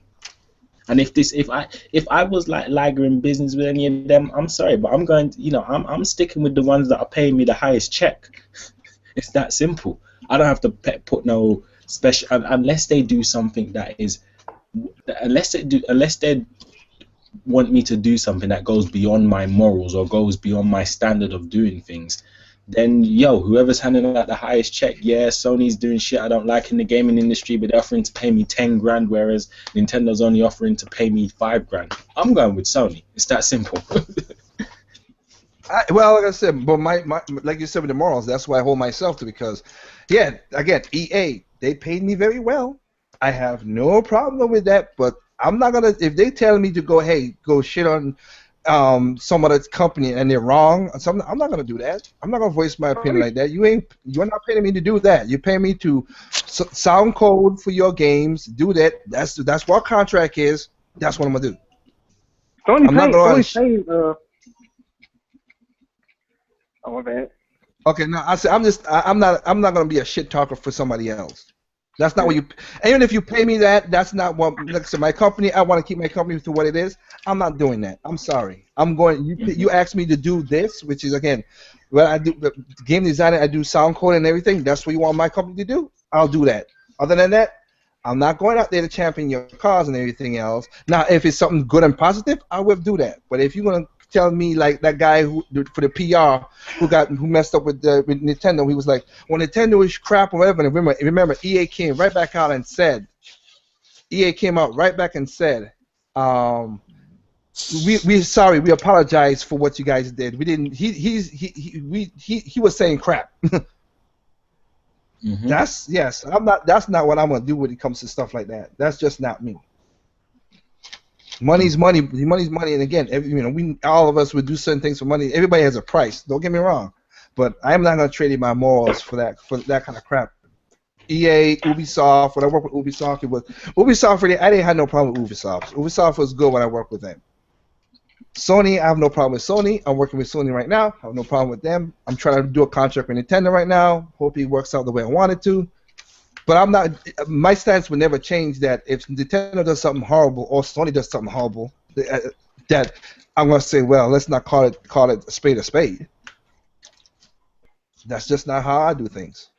Some people out there, like, I'm happy having an Nintendo. I'm happy I have a small channel. I don't have a big channel. I'm cool just having a small channel because at least I can answer people's comments back. I don't need no 50,000 people to like. Oh, good lord. You're wrong. You're right. You're wrong. You're right. You're right. Where the hell you get that idea from? No. I ain't got the time for all that. I work 18 hours a day running my company and doing my architect job. I ain't got the time for none of that crap. To even try to squeeze in a little splatoon gaming. Please. Nobody got time for that. Nope. So that's since my boy is the only person I'm thinking about him right now. It's early in the morning, so I'm gonna try to to be nice, because Archella did ask something, It's cool, ask some man. questions. It's cool because I ain't got work or anything tomorrow, so I'm all right. All right. Well, I wanna. I don't. You want to answer some questions with us, King Kumpachi? I'm just asking if you want to. Just it's up to you. Sure. Okay. Well, I have some questions right here, so I'm gonna list them off. Anderson Archella, of course, thank you for bringing in the questions and stuff. So, one of them was, what's everybody's thoughts regarding the Kickstarter now? Too many promises that have been made have been broken, and most devs with the history like Tim Schafer or Kenji Inafune has broken from their predecessors. Mm. King, go first. Since King Kipachi, go first. So basically, they're saying like, what do we think about the Kickstarters and how like they're not living up to what they said that we were gonna get? Yeah. Basically, I look at it like this. Like when I buy something early access or help kickstart something, I just take it as gambling. It may not work out, and sometimes I'm just willing to take that risk. I don't really think too much nothing of it. I'm not gonna lie. You'll get mad. Sure, you wasted your money because you thought you believed in the product, but I mean, not everything works out. That just I just look at it and say, am I willing to put up the money to help fund this product? Am I willing to also lose it if it don't work out? That's how I just look at it. I think it's wrong for them to, purposely, like, everything happens. Like, something may happen where a company just can't finish the product. I guess that's reasonable if it's understandable. But if you just took my money and stole it or something, that's messed up. But I just look at it as gambling, I guess. Okay. Okay. And he also asked like how most. Also, just to add on to like how most of these devs have now broke away from the predecessors to go towards Kickstarter. Oh, that too? Yeah, that's only question. But no, you Okay. broke it up. That's how you feel about that, because we kind of answered that question, but we'll answer it again for this guy, of course. But go ahead. I think that's fine. Maybe they don't want to deal with the companies. They want to make their own decisions. So they need backing, and they don't have any money, don't have any investors, so they probably go to Kickstarter. I don't think anything's wrong with that. Okay, that's cool. Timeout. What about you? Now, are you just saying, do we have issue with people using Kickstarter, or to rephrase that question? Yeah, ask again. What is everybody's thoughts regarding Kickstarter now? Too many Oh. promises have been broken, and most devs that has a history like Tim Schafer and Kenji Inafune has broken from their predecessors. Ooh. Well, I mean, I guess I don't have an issue with Kickstarter. It's just the issue with the only issue I have is when I guess at first you're not gonna know, but I guess it'll take some time for you to figure it out. But if you get deceived by the developers or whatnot, if about a game that might be coming out or whatnot, and if they, I mean, of course it's Kickstarter, so you're just pledging money to a company on an ideal or promise, because they're not promised that you win anything, but if they pretty much make it, of course I'm using Project Cars as an example right now, because if a company sort of promises something and they make it pretty clear that something will come out, regardless if it's their fault, if it's the publishers or whoever's fault, if they promise something, they make it seem like it's going to happen, then to me, I think then no, that they shouldn't be, then in that case, Kickstarter should not, be a thing for developers to go to if they're going to be doing like that. But I don't have a problem with it though. But I do got this to say. I do think people can, if they don't come up on a promise that they promised, sue them. Because with the recent Kickstarter rules, they made it easier for failed Kickstarters for you to sue the offending company. Because even before they made the changes to make it easier to sue, companies got sued before for failed projects. So if you feel that you've got juked, you can sue them. I mean, they made it easier for you to sue companies. So I have something to add to that. I don't know if Dolan, while you're there, you think you can answer that question? So just go over the question again. What is everybody's thoughts regarding Kickstarter now? Too many promises have been broken, and most devs that have history like Tim Schafer and Kenji Inafune has broken from their predecessors. In terms of the too many promises has been broken thing, with like anything, I mean, I don't like anything. You know, Kickstarter, like anything, Kickstarter is gonna be played with the odd one and two people who try and spoil it for everyone, and that's with everything. You've just got to be more as people who put our money to Kickstarter. We just got to be a bit more vigilant, keep a closer eye at what we're getting into, keep up with the updates and things like that, just so that we know that the money that we're putting in isn't going to some isn't going to isn't going to something like, say, Slightly on Crack Studios drug addiction. No, I don't think I don't know if any of them are on drugs or not. That's just me making a joke. Before anyone starts putting out any rumors or anything. But no.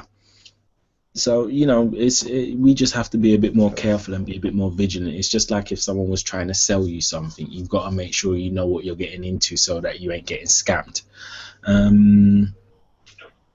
I think it's good, but overall, I think Kickstarter is good because what it's doing is putting the production of games, it's putting the decision of what kind of games are made in the hands of the gamers. So it's really starting to it's giving gamers a sense of power in where they can actually it's giving gamers a sense of power where they can actually say what they want, and because it's their money that's going towards it. Because it's their money that's going towards it, the developers that are making these games have more of a duty to abide by what the gamer wants. To abide by what the gamer wants. Obviously within reason. Don't do what. Obviously within reason. Don't listen. Don't listen to all these whiny bitch ass people on YouTube complaining and then just do things because they're complaining. Just leave them alone, because chances are they never pledge no money and they're not planning to buy the game anyway. They're just a bunch of bitches finding a reason to complain because they want to follow fashion. But besides that, anyone who besides that, people who genuinely do back and support these games, it gives the gamers more of a sense of power and control to say what they want, and developers get to see what gamers want, and when they developers these indie developers, they go around and they see what people want, see what people are calling out for and things like that, and they say, okay, yeah, we could do something like that. And then they put it out there, and then if people like the idea of it, they support it and get behind it, and next thing you know, it could be the next big thing. Like, for instance, games like Shovel Knight, Ukulele, that's in development right now, Bloodstained, things like that. People are getting behind those because those are games that people want. So I think it's good in a way because it gives a level of control back to the gamer as well. All right. Okay, and once again, I miss Archella. Sorry about that. That was my fault. This is my take on it. Kickstarter, just like anything else, but you do reviews, of course, do your research. That's all it is. The problem with Kickstarter is, and Bloomberg did this, and also Wired magazine did a article about this. 80% of the games that are kickstarted, 80% of them people gamers going are developers going in over their head, and so they never fulfill the promises they said they're gonna do in the first place. So a lot of people has lost the money now. Like Time Out said, there are people who are doing the lawsuits and stuff. The problem with the lawsuit is a class action lawsuit. And if you don't know what a class action lawsuit basically entails, is the first person who brings up the lawsuit and the lawyers gets the bulk of the money. Everybody else get $2, $3, $4 off of the lawsuit, which is nothing. So that also is not if you want to hurt the company, that will, but you're not gonna get your money back in that regard if you pledge $50, $60, $100, because they don't, that lawsuit is not gonna do that. So, but with Kenji, with like how Tim Schafer and Kim and the whole part about how can I say they breaking the pedestal, breaking from their pedestal, and just like different. Um, yeah, thanks. I'm gonna. That was annoying for a second. But same thing with like you have a lot of people right now who's done Kickstarter wrong. Anybody want to Google search? Google search Peter Muldoon and how much 3 times he has failed and robbed people and their money, and he's in kind of lawsuits right now, including with Gaudius. Tim Shaper, he promised that this, but he made Broken Age into 2 different games. Not a bad game, but still he broken it into 2 games, but he promised it should have been one. And then Kenji Inafune with Mighty Number 9, they came back with a whole double Kickstarter to get the DLC and all that stuff. Yeah, people do research and figure out what's going on. I personally said I'm happy that Ukulele, I'm happy Bloodstain, I'm happy again, Mighty Number 9, all those games get funded and they're coming out for all consoles, and that's good. But like King Kobachi said, it is a how should I say it is a gamble. And some people gamble $20, $6. Some people gamble 100, 125, $500. Like some of the stretch goals I've seen that's been gambled on the Bloodstain, which is that's cool that they did that. I'm not giving $500 for no game and swag. I can't do that. You guys do that. That's good for you. And if you lose your money, that's your ass. I just can't do that. That is just crazy. So. It is basically, do your research and is your own warning. If you lose your ass, that's your problem. If you don't be crying and bitching about stuff. So I'll go. I'll go to the next question here, which is, King, you ain't gonna ask King about you. I don't even gonna ask this one because again, you don't play the game. But he asks if anybody else seen themselves the only person spraying their territory in turf war with the ink. Say that again. Yeah. He asks, does anybody else see themselves being the only person spraying the territory in the turf war, while everybody else is focusing on going out and shooting, killing people? Yes. Not really. Sometimes, but not really all the time. No, I've actually seen it, and it tends to be no offense, but it tends to be a lot of the American players. Not all, but when I notice that when I go on after like 1 o'clock, which is like peak time for America when it comes to like video games and stuff like that, that's when a lot of people are playing. Yeah, I noticed that I'm seeing like a bunch of people just getting that splatter shot, standing up high and then pointing at people, looking to get their kill death ratio up high and everything like that. And I'm thinking, this is not Call of Duty. Play the game the way it was meant to be played. It's a turf war, and I do find that quite annoying because it's like this is not a thing that it's like this has not become a thing about playing the game and enjoying it and enjoying the experience with other people. No, this has become a personal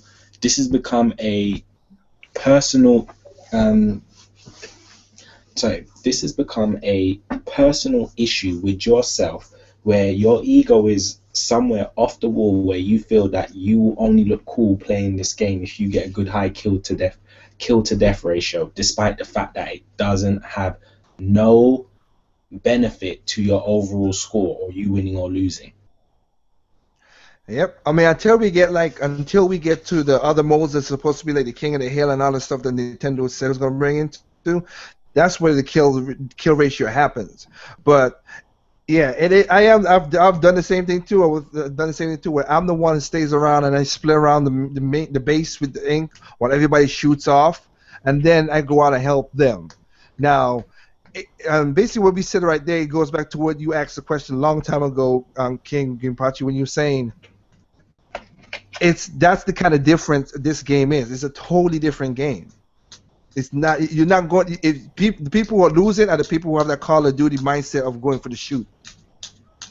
And the people who understand the whole setup of the game, they think they're the ones who's winning the most. Because they're like, okay, it's turf wars, spread the most ink as we can in the floor, let's keep it going. So it's one of those again, one of those games that again Nintendo has a problem with, that you have to play the game first to understand what the hell you're doing. And sometimes they don't provide very well. The commercials that Nintendo have put out has done well. I'm not gonna say that point. They promoted this game better than they did promoted the Wii U. That's for sure. Mhm. But it's one of those things that if you play that game, your mindset is, and you play the game after playing it for maybe 2 3 minutes, you're like, okay, I get what they're talking about. Oh, I get what it is. Unless you're a super hardcore shooter and that's your own, and you're a bro dude or whatever the nomenclature titles for that thing, you're not gonna like Splatoon. But if you're below that and you open up your mind to different things, I think you, like I said, um, do you know do you know a person named Artificial? Anybody? Say that again. Mhm. Yeah, The guy, he's a guy with a beard who does his TV yeah, screen, whatever. He's called Artificial. That's where his channel. yeah, Um, he had a video came out just bashing Splatoon. You know, he said the voice channel and stuff, which I have no problem with that. No, I went on there and asked. I said, you know what? And I basically said the same thing. You know, hey, you know what? It's your preference. It's cool. I respect that you don't. It needs. You think it needs voice chat. You think it needs this. You think it needs that. That's all good. But I said, you know what? This is the most fun game I ever played in a while, and I have to disagree on that. And he's like, you know what? We basically he replied me saying, you know what? Thank you for coming at me respectable, man. I respect that. You know what? Later on, I'll buy the game because it looked like everybody's having fun. But I just don't want to buy the game now because I don't think the voice chat and the game being blah blah blah. I'm gonna stand for that. I'm like, that's cool. And all of us have been saying that all through this cast right now. Mhm. But I wish, but that goes back to what we're saying, that if we could come and be respectable to each other, we ain't gonna have no big trouble on YouTube. But you know, again, people like to follow drama more than they like to follow positivity. So it is what it is. So Mhm. that's one right there. Let me see. Next question here.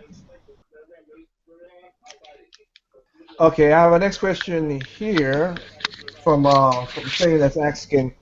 I kind of answered this question already, and I don't. It's an Splatoon question. So again, I mean, I don't know if you want to step in and answer this question, though, but do you think the fans had a, which is just, to me is a weird question. Do you think the fans made Nintendo put in a single player in Splatoon? yeah. I do. You do? Yeah, because I think originally it was just made to be um a multiplayer game. I think originally, and then people had a lot of um uh they were talking about how earlier how it might not have a single player. I think that's part of the reason why I believe the game got delayed. Right? Did it get did it get delayed originally? So I remember it No, was. Oh well, it didn't get delayed originally. No, when they said Nintendo, one thing Nintendo does, except for like Zelda and all that stuff, and we yeah. beating that to a dead horse, but they never gave a date until the January Direct. Oh, that makes sense. Well, I think a lot of people did push them to do single player because I think originally it was supposed to only be multiplayer until or at least it would only had a little bit of a campaign. But I think they really did really good on the single player. But yeah, definitely. Okay, so that's okay. That's your opinion. That's cool. Yeah. Um, like I said, I'll ask this to you, even though you're not, like I said, you don't have the game. You think that how you feel about it, King Rinpoche, about the whole single player thing? It's Splatoon. From what I've heard, a lot of people say like it's good. It's a good way to learn the controls. A lot of people say it's pretty Yeah, fun. I mean, I think. Go ahead. no, no, yeah, I understand that problem. No, the question is, maybe you didn't hear the question. I'm just making sure. They were saying that. Do you think that the fans made Nintendo create a single player for Splatoon because the whole multiplayer single player thing? That's the question. I think Nintendo felt that they probably couldn't sell the game without having single player because Nintendo always talks about couch co-op and they have a lot of single player games and maybe they felt it wouldn't have rub their fans the right way if they just released an online only game. Hmm. Um, so I think the single player I think the single player was just because Nintendo just used to always giving you or delivering a single player experience, or if there is a game with multiplayer, they make sure it's a full package. So I think it was more of that, than anything else. They wanted to give you something to do offline, just in case you couldn't play the Wii U online or you don't have online, but you wanted to play Splatoon. You have that mode for you. Okay. Timeout. What about you? Uh, yeah, I think the fans had a little bit of sway in it. That's it. You think that? And regardless, well, not regardless, because this affects it. Also because of this, I think that's why some other components got delayed, like some of the maps and stuff like that. I think that's why maybe because they maybe focused on a single player, they had to delay some of the other stuff, you know, because of the fans. So blame yourself. That's Okay. it. All right. All right. Double M. What about you? Wait. Um, go on. Okay. Oh, my bad. But just to add this too, and also I think that the custom modes weren't gonna be there either, and that's why it's coming in later because of the fans. Had a little rant, but that's it. All right. Double M. What about you? Um, I think I've never known Nintendo to ever bring out even the most multiplayer intensive games have some kind of single player element to them. Um, but at the same time, Splatoon single player thing is quite extensive. In the fact that there is actually some there's some level of depth where you have objectives, you have some kind of story and whatnot. Whereas the single player campaign in the Mario Kart game is literally you just doing the Grand Prix and whatnot. Um, so it's kind of hard to say. Maybe they did, maybe they didn't. But I'm just gonna be on the fence on this one and just say, overall, I don't really know. Okay. All right. Well, from the 15 years that I've gone back and forth and seen Nintendo, they have always thought of like you said and King Kobachi said. They always think of single player first before they think of multiplayer. With Splatoon, they put their foot in their mouth with this one. They wanted to show multiplayer first because they thought they needed something to possess everybody in there. But again, the problem is because it showed that everybody thought that's what the game would be like. Because one thing about Nintendo that I do like, and I've seen it when they do their coding and everything, the single player was there. It's extensive, like Double M says, and it was there from the get go because they're not. It's easier to port. How about let's put it this way? Easy to make sure they could make all kind of obstacles and then make sure that the coding is straight so you don't fall to no floors, no glitching or whatever in the single player mode before you add in everybody else when you do multiplayer. And Nintendo's always been doing that. They always make sure that you have online progress. I don't think the fans did nothing to it because it's just what I always see them do it. That's me. That's anecdotal evidence because that's just me seeing what they do.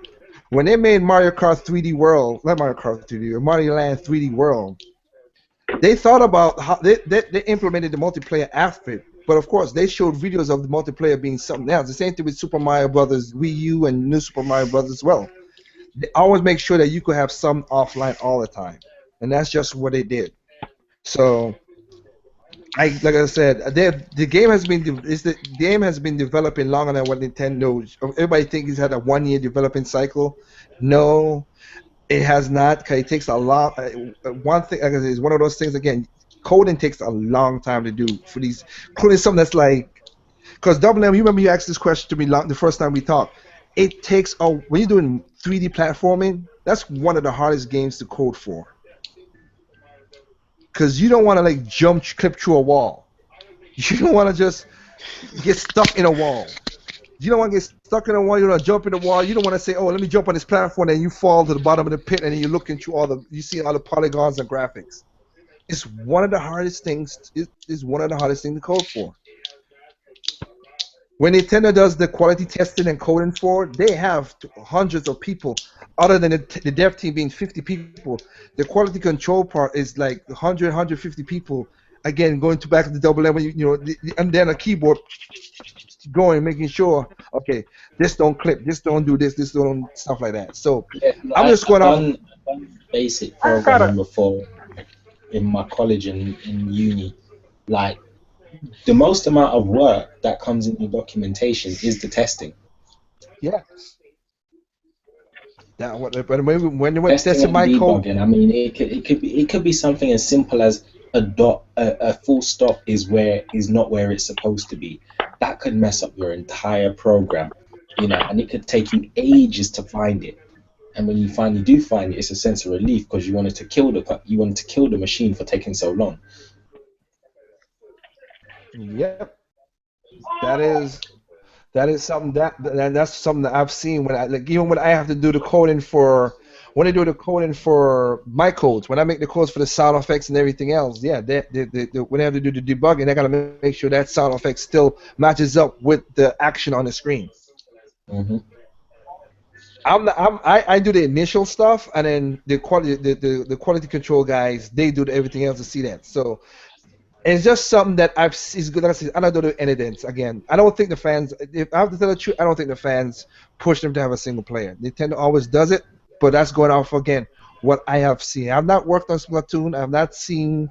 Like I said, this year I've been taking a little day off. I'm not working on most games as I usually do. I'm gonna start wrapping up that very soon. But you know what? If you guys have this notion that your fans did it, is whatever. If the game comes out again, it came out, it's playing good. Whatever's in your mind, as long as you're having fun with the game, I don't care to a degree. Hmm. But that's my answer to that question right there. Um, and this is right now. I'll this will be the last question because like I said I'm gonna leave it at that. But we already know Zelda got pushed back. Blah blah blah blah blah. Oh, and you were talking about. Let's say if you're interested in. Let me ask the hey, King Green Pachi, are you gonna buy a Wii U or are you gonna play it later on? You don't gotta buy it now. I'm just saying, are you ever gonna buy the console and play the games, or do you have Uh, one, or I don't know. I'm waiting for after E3 to See if they're gonna do a price look. drop, which No, most of not them even a might. price Them. shot, like, Oh, cause I've been I got stuff to take care of around here, but I've been saving like some extra money and stuff just to blow. Uh, and I'm waiting till after E3 to see what impresses me. If Sony delivers, Microsoft, Nintendo, and I buy the console, or I may upgrade my computer. I'm just waiting till after E3. But right which is now, I okay. am Okay. leaning more to Nintendo, and more likely Nintendo and Microsoft. I'm looking at more than anything else. Okay, that's cool. Now, the only reason I'm asking that question was because you brought up something and I have that. If you wanna, I have a video on my channel. Anybody out there, once again, if you wanted my impressions of Xenoblade Chronicles X, I have the game and I've been playing it. And I put my first impressions on it and give you basically a readout of the game. So if you want to check it out, check it out. It's on my like I said, it's on our channel, Katie Flow. And you could, if you have any questions on that, put a comment, and I'll gladly comment back and answer your questions for you. So, with that said, the last one, last question here is now that Zelda got pushed back, we already know that, and then I already gave my opinions on Xenoblade Chronicle X. What do you guys, with E3 coming around the corner, what do you guys think will be Nintendo's big um holiday game? Is it Star Fox or you think it's something else? So I'll start with you, George. What do you think? I think Star Fox might be coming out in October or August, and I think maybe Devil's Third. That's what I think.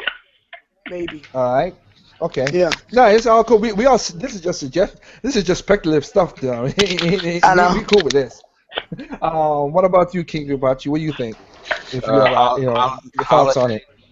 Uh, I'm not sure. Like, possibly, if after E3, if they at least announce the American copy of Xenoblade coming this year, like later, then I guess that would be the biggest thing. But the only thing I know of is, like, I think Yoshi comes out later this year, and Mario Maker. Yoshi's supposed to come out July. Mario Maker's come out September. Oh, okay. So it would be like, I guess, Mario Maker. But hopefully Nintendo announces at E3 that the American release of Xenoblade comes out this year. So that'd be a big hitter. Okay, that's cool. That's all right. Time out. What about you? What game? you think that, is it something that we have never heard of, or like what do you think You Nintendo's mean for big just for the holidays or? for the holidays? Okay, like like Zelda. Everybody knows if Zelda was coming out this year, I'll put a quote behind. I'll put basic brackets behind it. If gamers wasn't bitching about it, Zelda would have. If Zelda came out this year, it would have been November. It would have been in that Black Friday spot, just We like need that Smash time frame. Brothers was. So, what game you think would Just give it just a speculation. All You right. think is it Star Fox? Is a game that is one of the games like that Green Papachi just said, or is something that we never heard of? I think it's gonna be something that we never heard of. I don't think it's gonna be Star Fox or Devil. They're gonna be big games, Star Fox and Devil Third. Especially Devil Third. I'm really waiting for that game. See what they did to that. But anyways, anyways, I think it's going to be a game that we haven't heard of, that we're waiting on, that one of these studios that we all love, that they're working on, that they haven't told us about. Because, what is it, like 2, 3 studios that Nintendo got, that they're working on games that they haven't even announced yet. So I think it's going to be Right. one of those games. It's going to be one of those games. It's going to be something major. It's going to be holiday season this year. Because remember, I said, like, one of the podcasts ago, Nintendo's going to have at least two to, I think I said 2 to 3 or 3 to 4, whatever I said, new games this year coming out that haven't been announced yet, and they're gonna be some blockbusters. They're gonna be blockbusters back in business. You know. Okay. Okay. That's cool. Double M. What about you? Oh, hold on, let me pause the game. Alright, man. You gotta Game's go. You gotta get it addictive. from the color crack, man. You gotta I get it from the know. color crack. I know. I thought the crack only came in white, but it clearly comes in blue, pink, purple, green, and everything. Okay. What's your thoughts, bro? Um, honestly, I don't know. Yeah, I'm at a loss, to be honest, because Nintendo's just that company where you make a prediction and they just do a whole 180 on you, and they just say something completely different to what you was thinking. So I ain't even gonna try and put a Okay. prediction on it. I do think they will have a game for November for that time period, but I couldn't tell you. This is Nintendo here. They're just, yeah, I couldn't tell you. I'll just leave it at that. Okay, that's cool. That's cool. Cause like I said, we have Star Fox, we have Xenoblade Chronicles X, Devil's Third. I don't think Devil's Third will be in that spot because it's not mass. It's not mass audience. It's niche. Nintendo's audience don't. And I'm talking about Nintendo's audience being family. The majority of Yeah. Nintendo's audience is family. Devil's Third is too graphic and whatever. I could say it as in like the like in Bayonetta spot in Yeah, October, I like was you about kind to of like you say said, that. George, Yeah. about Yeah, October it or might something take like that. Bayonetta spot. Yeah. Yeah, I Bayonetta thinking about that or where Hyrule Warriors was or whatever. in Yeah. September. But, Around there. I think if any game is going to take any game that has been mentioned could potentially take the November spot, it'd probably be Mario Maker. Yeah. Well, Simply because that has the potential, not because it's necessarily a proper hardcore game, but simply because it has the potential to have mass appeal. It could be Yoshi too. no, Yoshi's No, in because Yoshi's July. coming out in June, Yeah. July. Yeah. Let's see if Nintendo pushes it back because they already said Yeah. it's supposed to come out September. Mario Maker. I don't know if they're gonna push it back to November. I understand if you're talking about business and appeal, Double M, you're right. That has the biggest. That's why I say Star Fox. Because Star Fox is not a system seller. Yeah. Neither is No, it's not. Metroid. Neither is Metroid. But Neither is Zelda. everyone knows who Mario is, and the fact that you tell everyone, look, we have a game where you can all create your own Mario levels, that has potential to have mass appeal. Well, like I said, if they push it back, I could see that. That's why I'm saying that right there. Because, like I said, Zelda, Metroid, other than that, and even though Player Francis said this when me and him had a thing, yes, if you put the game at the beginning of the console cycle, it's a system sell because, by definition, it's the only game that people want to play. But Zelda's never been a console seller because it's Yeah. always been like the later cycles. So Zelda's not going. Is it going to sell consoles? Yes, but not like a Mario, not like a Mario Kart, not like a Smash Brothers. It's not up there. Not like an Animal Crossing. And yeah, there are rumors going out right now that there might be an Animal Crossing Wii U, but they have an Animal Crossing DS coming out. So again, we don't know how it's going to Forgot go out. about it. That's what it's going to be right there. My Animal Crossing Wii U. Animal Crossing. Yeah, it could be. Who knows? That Well, also yeah. has It, potential to have mass appeal.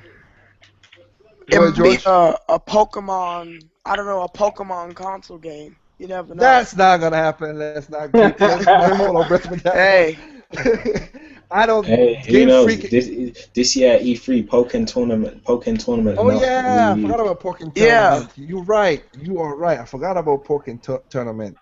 I don't know. Do, Maybe. do you think Maybe. they got just a question, Lager? Do you think that they're gonna bring that game to the Wii U? It's really. It's basically. It's funny. I think they. Well, here's the thing. It's running off the Wii U software right hardware right now in the cabinets. Hmm. So all I gotta do is just basically put it on disk and send it to us. It's just a licensing thing. It's up to Game Freak if they want to do it. I think it's going to come to the West. I really do. I don't see the problem because again, it's running in the cabinet system they have right now. It is running off of the Wii U hardware. So Okay. I don't know why wouldn't they do that. But let me clear this up. Sometimes there's some things out there again with money and everything that don't makes no sense to us.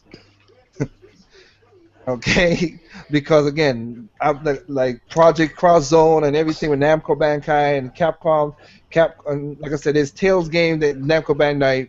Like here's an example: Tales of Grace was made on a Wii in the second generation was made on Wii. Then it was put it over to PlayStation, but it would never put it over to the Wii. You already done localize it. Why would you not bring it to the Wii console? That don't make no sense. It wouldn't be the porting would not be difficult because you already made it for the console.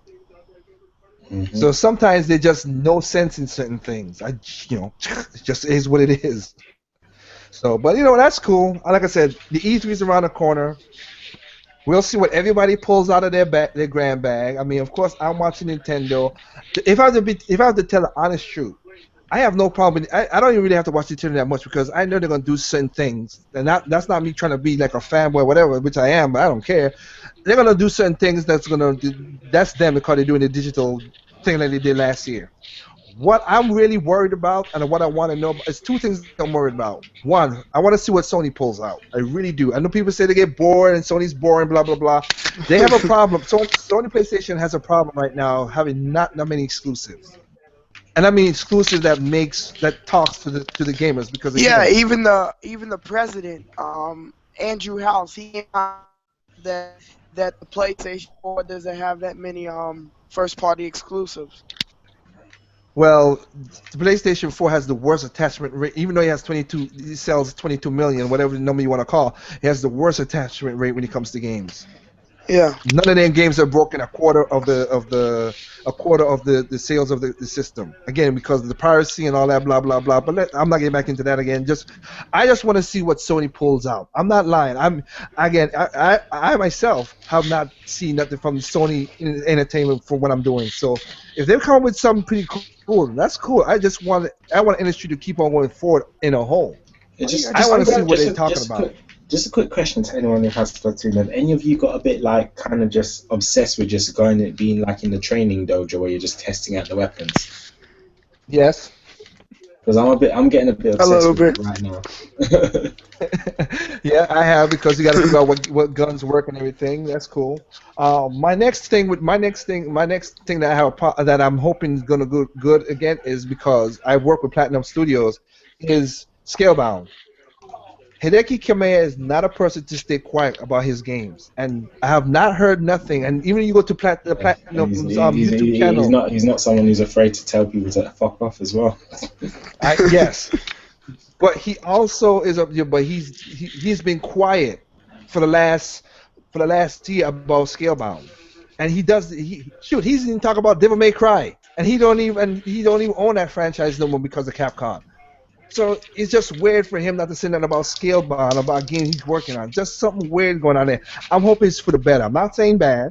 I'm not saying bad at all. That's one of the things I'm looking out for E3. I'm not gonna pull some out of their butts, of course, but basically, again, I said it in my last Endcast. If Final Fantasy 15 don't sell, that's basically gonna wrap up Square Enix. Cause they spend so much money on that game, and they can't have it to flop. Just like they can't have it to be flop like Final Fantasy 4 and 13. And I'm talking about Yeah. profit wise, not sales, profit wise. Because if they don't make profit, the studio's going to shut down. So, and then Bethesda, they have Bethesda. I don't know what I'm looking for them for really, but we'll see what's going on. E3 is coming And around. we all know that we all know that the main reason that Capcom is surviving is because of the Mega Man games on the Virtual Console and Monster Hunter. And the Well, Resident Evil remakes. yeah, they're making money off Resident Evil Put remakes. it Yeah. like this. Yeah. Put it like this. If it wasn't for the 3DS and the Wii Virtual Console, Capcom would probably be dead by now. Yeah. They're just holding on with one I hand. just don't. I just don't understand. And this is going to what we talked about. I don't understand why they let like Igaruga, Kenji Inafune, Shinji Mikami, all these great developers that have a good track Leave. Yeah. history. Why they let these guys, and even with Konami, with Kojima, all these guys are leaving these companies that they helped build. Yeah, I mean, I Yeah. don't know what I, Konami's gonna be without Kojima. Kojima became Konami. Yeah. Of Konami, they would talk about earlier how they might sell Silent Hills or whatever. Yeah. well, But they're best to sell it compared to everybody else. You see, because Sony's not like Mega, like Capcom's not gonna sell Mega Man because like yeah. Double M said, it makes profits for them. Yeah. I'm not gonna Without sell doing something that's jack making money. shit. Well, like I said, if Mighty Number Nine sells crazy, and I hope so. I'm just being an optimist. That'll be a kick to Capcom right there. That you let the guy who created Mega Man walk away, and he created a new franchise. Yeah. Like I said, right now, like Zero Gunvolt. Let me try to stop. Go to whole full name. Gunvolt stole so much money that they're doing a Gunvolt 2, and that could have been Capcom, but they didn't do it. Square Enix right now is thinking of we should bring over Bravely Default 2 because Nintendo was the people who published Bravely Default 1 in the first place, and they made money off of Bravely Default. Nintendo because it was bigger share for Nintendo. So I don't know why Square Enix would be like, well, one sold. Why don't we just publish it over in the Western market? That makes no sense, and that's money thing that makes no sense in there. But whatever, it is what it is. But with that said, anybody out there, like I said, it's been a long night. I thank everybody out there to listening to the Endcast. I mean, we just had a dish into a lot of topics. I mean, George, which is team everything now. I mean, I'm happy for you. This time you got more time in there, and I'm happy. At least I know who you were, so Yeah. I, I like it. Yeah, I'm happy that you get to explain your thoughts. So thanks. Um, King Rinpoche, of course, like I said, you go check out his channel. He does basically like a, he don't attack. He's like a rational person to try to figure out gamers, which is again, I wish you best luck on that with that crusade. I wish you best luck on that. I mean, but again, do your thing, man. Like I said, I watch your videos and Yeah, you come up. you should see my Viva la Resistance intro video. You'd like it. Double M is of course is my comic relief, but like I said, Hmm. it was cool to have you on the Endcast, King. I mean, like I said, I mean, if you want like, if I would think right now you figure out how I talk and how the Endcast is. Yeah, So like like a lot of times stuff comes up, can't hop in the podcast all the time, but I was free, I was like, let me get in the podcast real quick. It was well, fun. Like I don't mind doing it again. oh, okay, good. Cause like I said, if you have a good experience, man, hey, I mean, you're welcome to join in when if you get a chance. Because I know everybody has time issues. Like I said, for me, like I said, I run a company, and I also have a 9 to 5 job doing architecture. So my hours are so crazy. So Sunday is the only time I really have. Because Tuesday and Thursday, I have free times on those, but those are my crash days when I sleep like for 12 hours because I'm doing double jobs. So I understand everybody's schedule is crazy. So but like I said, thank you for joining our Endcast, man. What I mean, if you want to Yeah, come no on, just problem. let me know. Of course, my boy Timeout, like I said, he has issues with his mic and stuff. You know what I mean? With Timeout, you know, yeah. Again, Bluetooth, man. Now, man, get hardwired. Trust me, get hardwired. Yeah, I got the hardware. It was cheap and it messed up, so I just had this and just used it. I got you. I got you. And of course, like I said, Double M, my boy, has his Splatoon impression video up. Y'all need to go check it out, and it's pretty cool. Like I said, now everybody's playing the game, and like I said, go out there and have fun with it. That's all I could say about that. Of course, me, I have okay, I have some videos coming this week, and hope people check it out and do some comments on it. All the people who answered the poll question, thank y'all. Answer Cheddar who asked some questions, and also Black Knight and everybody else who asked other questions. Thank you, of course, for the end cast. And if any, all you guys who are here, just give me. I'm gonna end the cast right now, but give me about 5 minutes because I want to talk to you about something, but I don't want to. It's something I don't want to broadcast. So everybody out there, have a good night. Again, enjoy the endcast, and hopefully we see you guys next week or the week before, and we'll keep on playing them games. If you're playing Splatoon, if you're Nintendo guys, hey, play Splatoon, man. It's a fun game.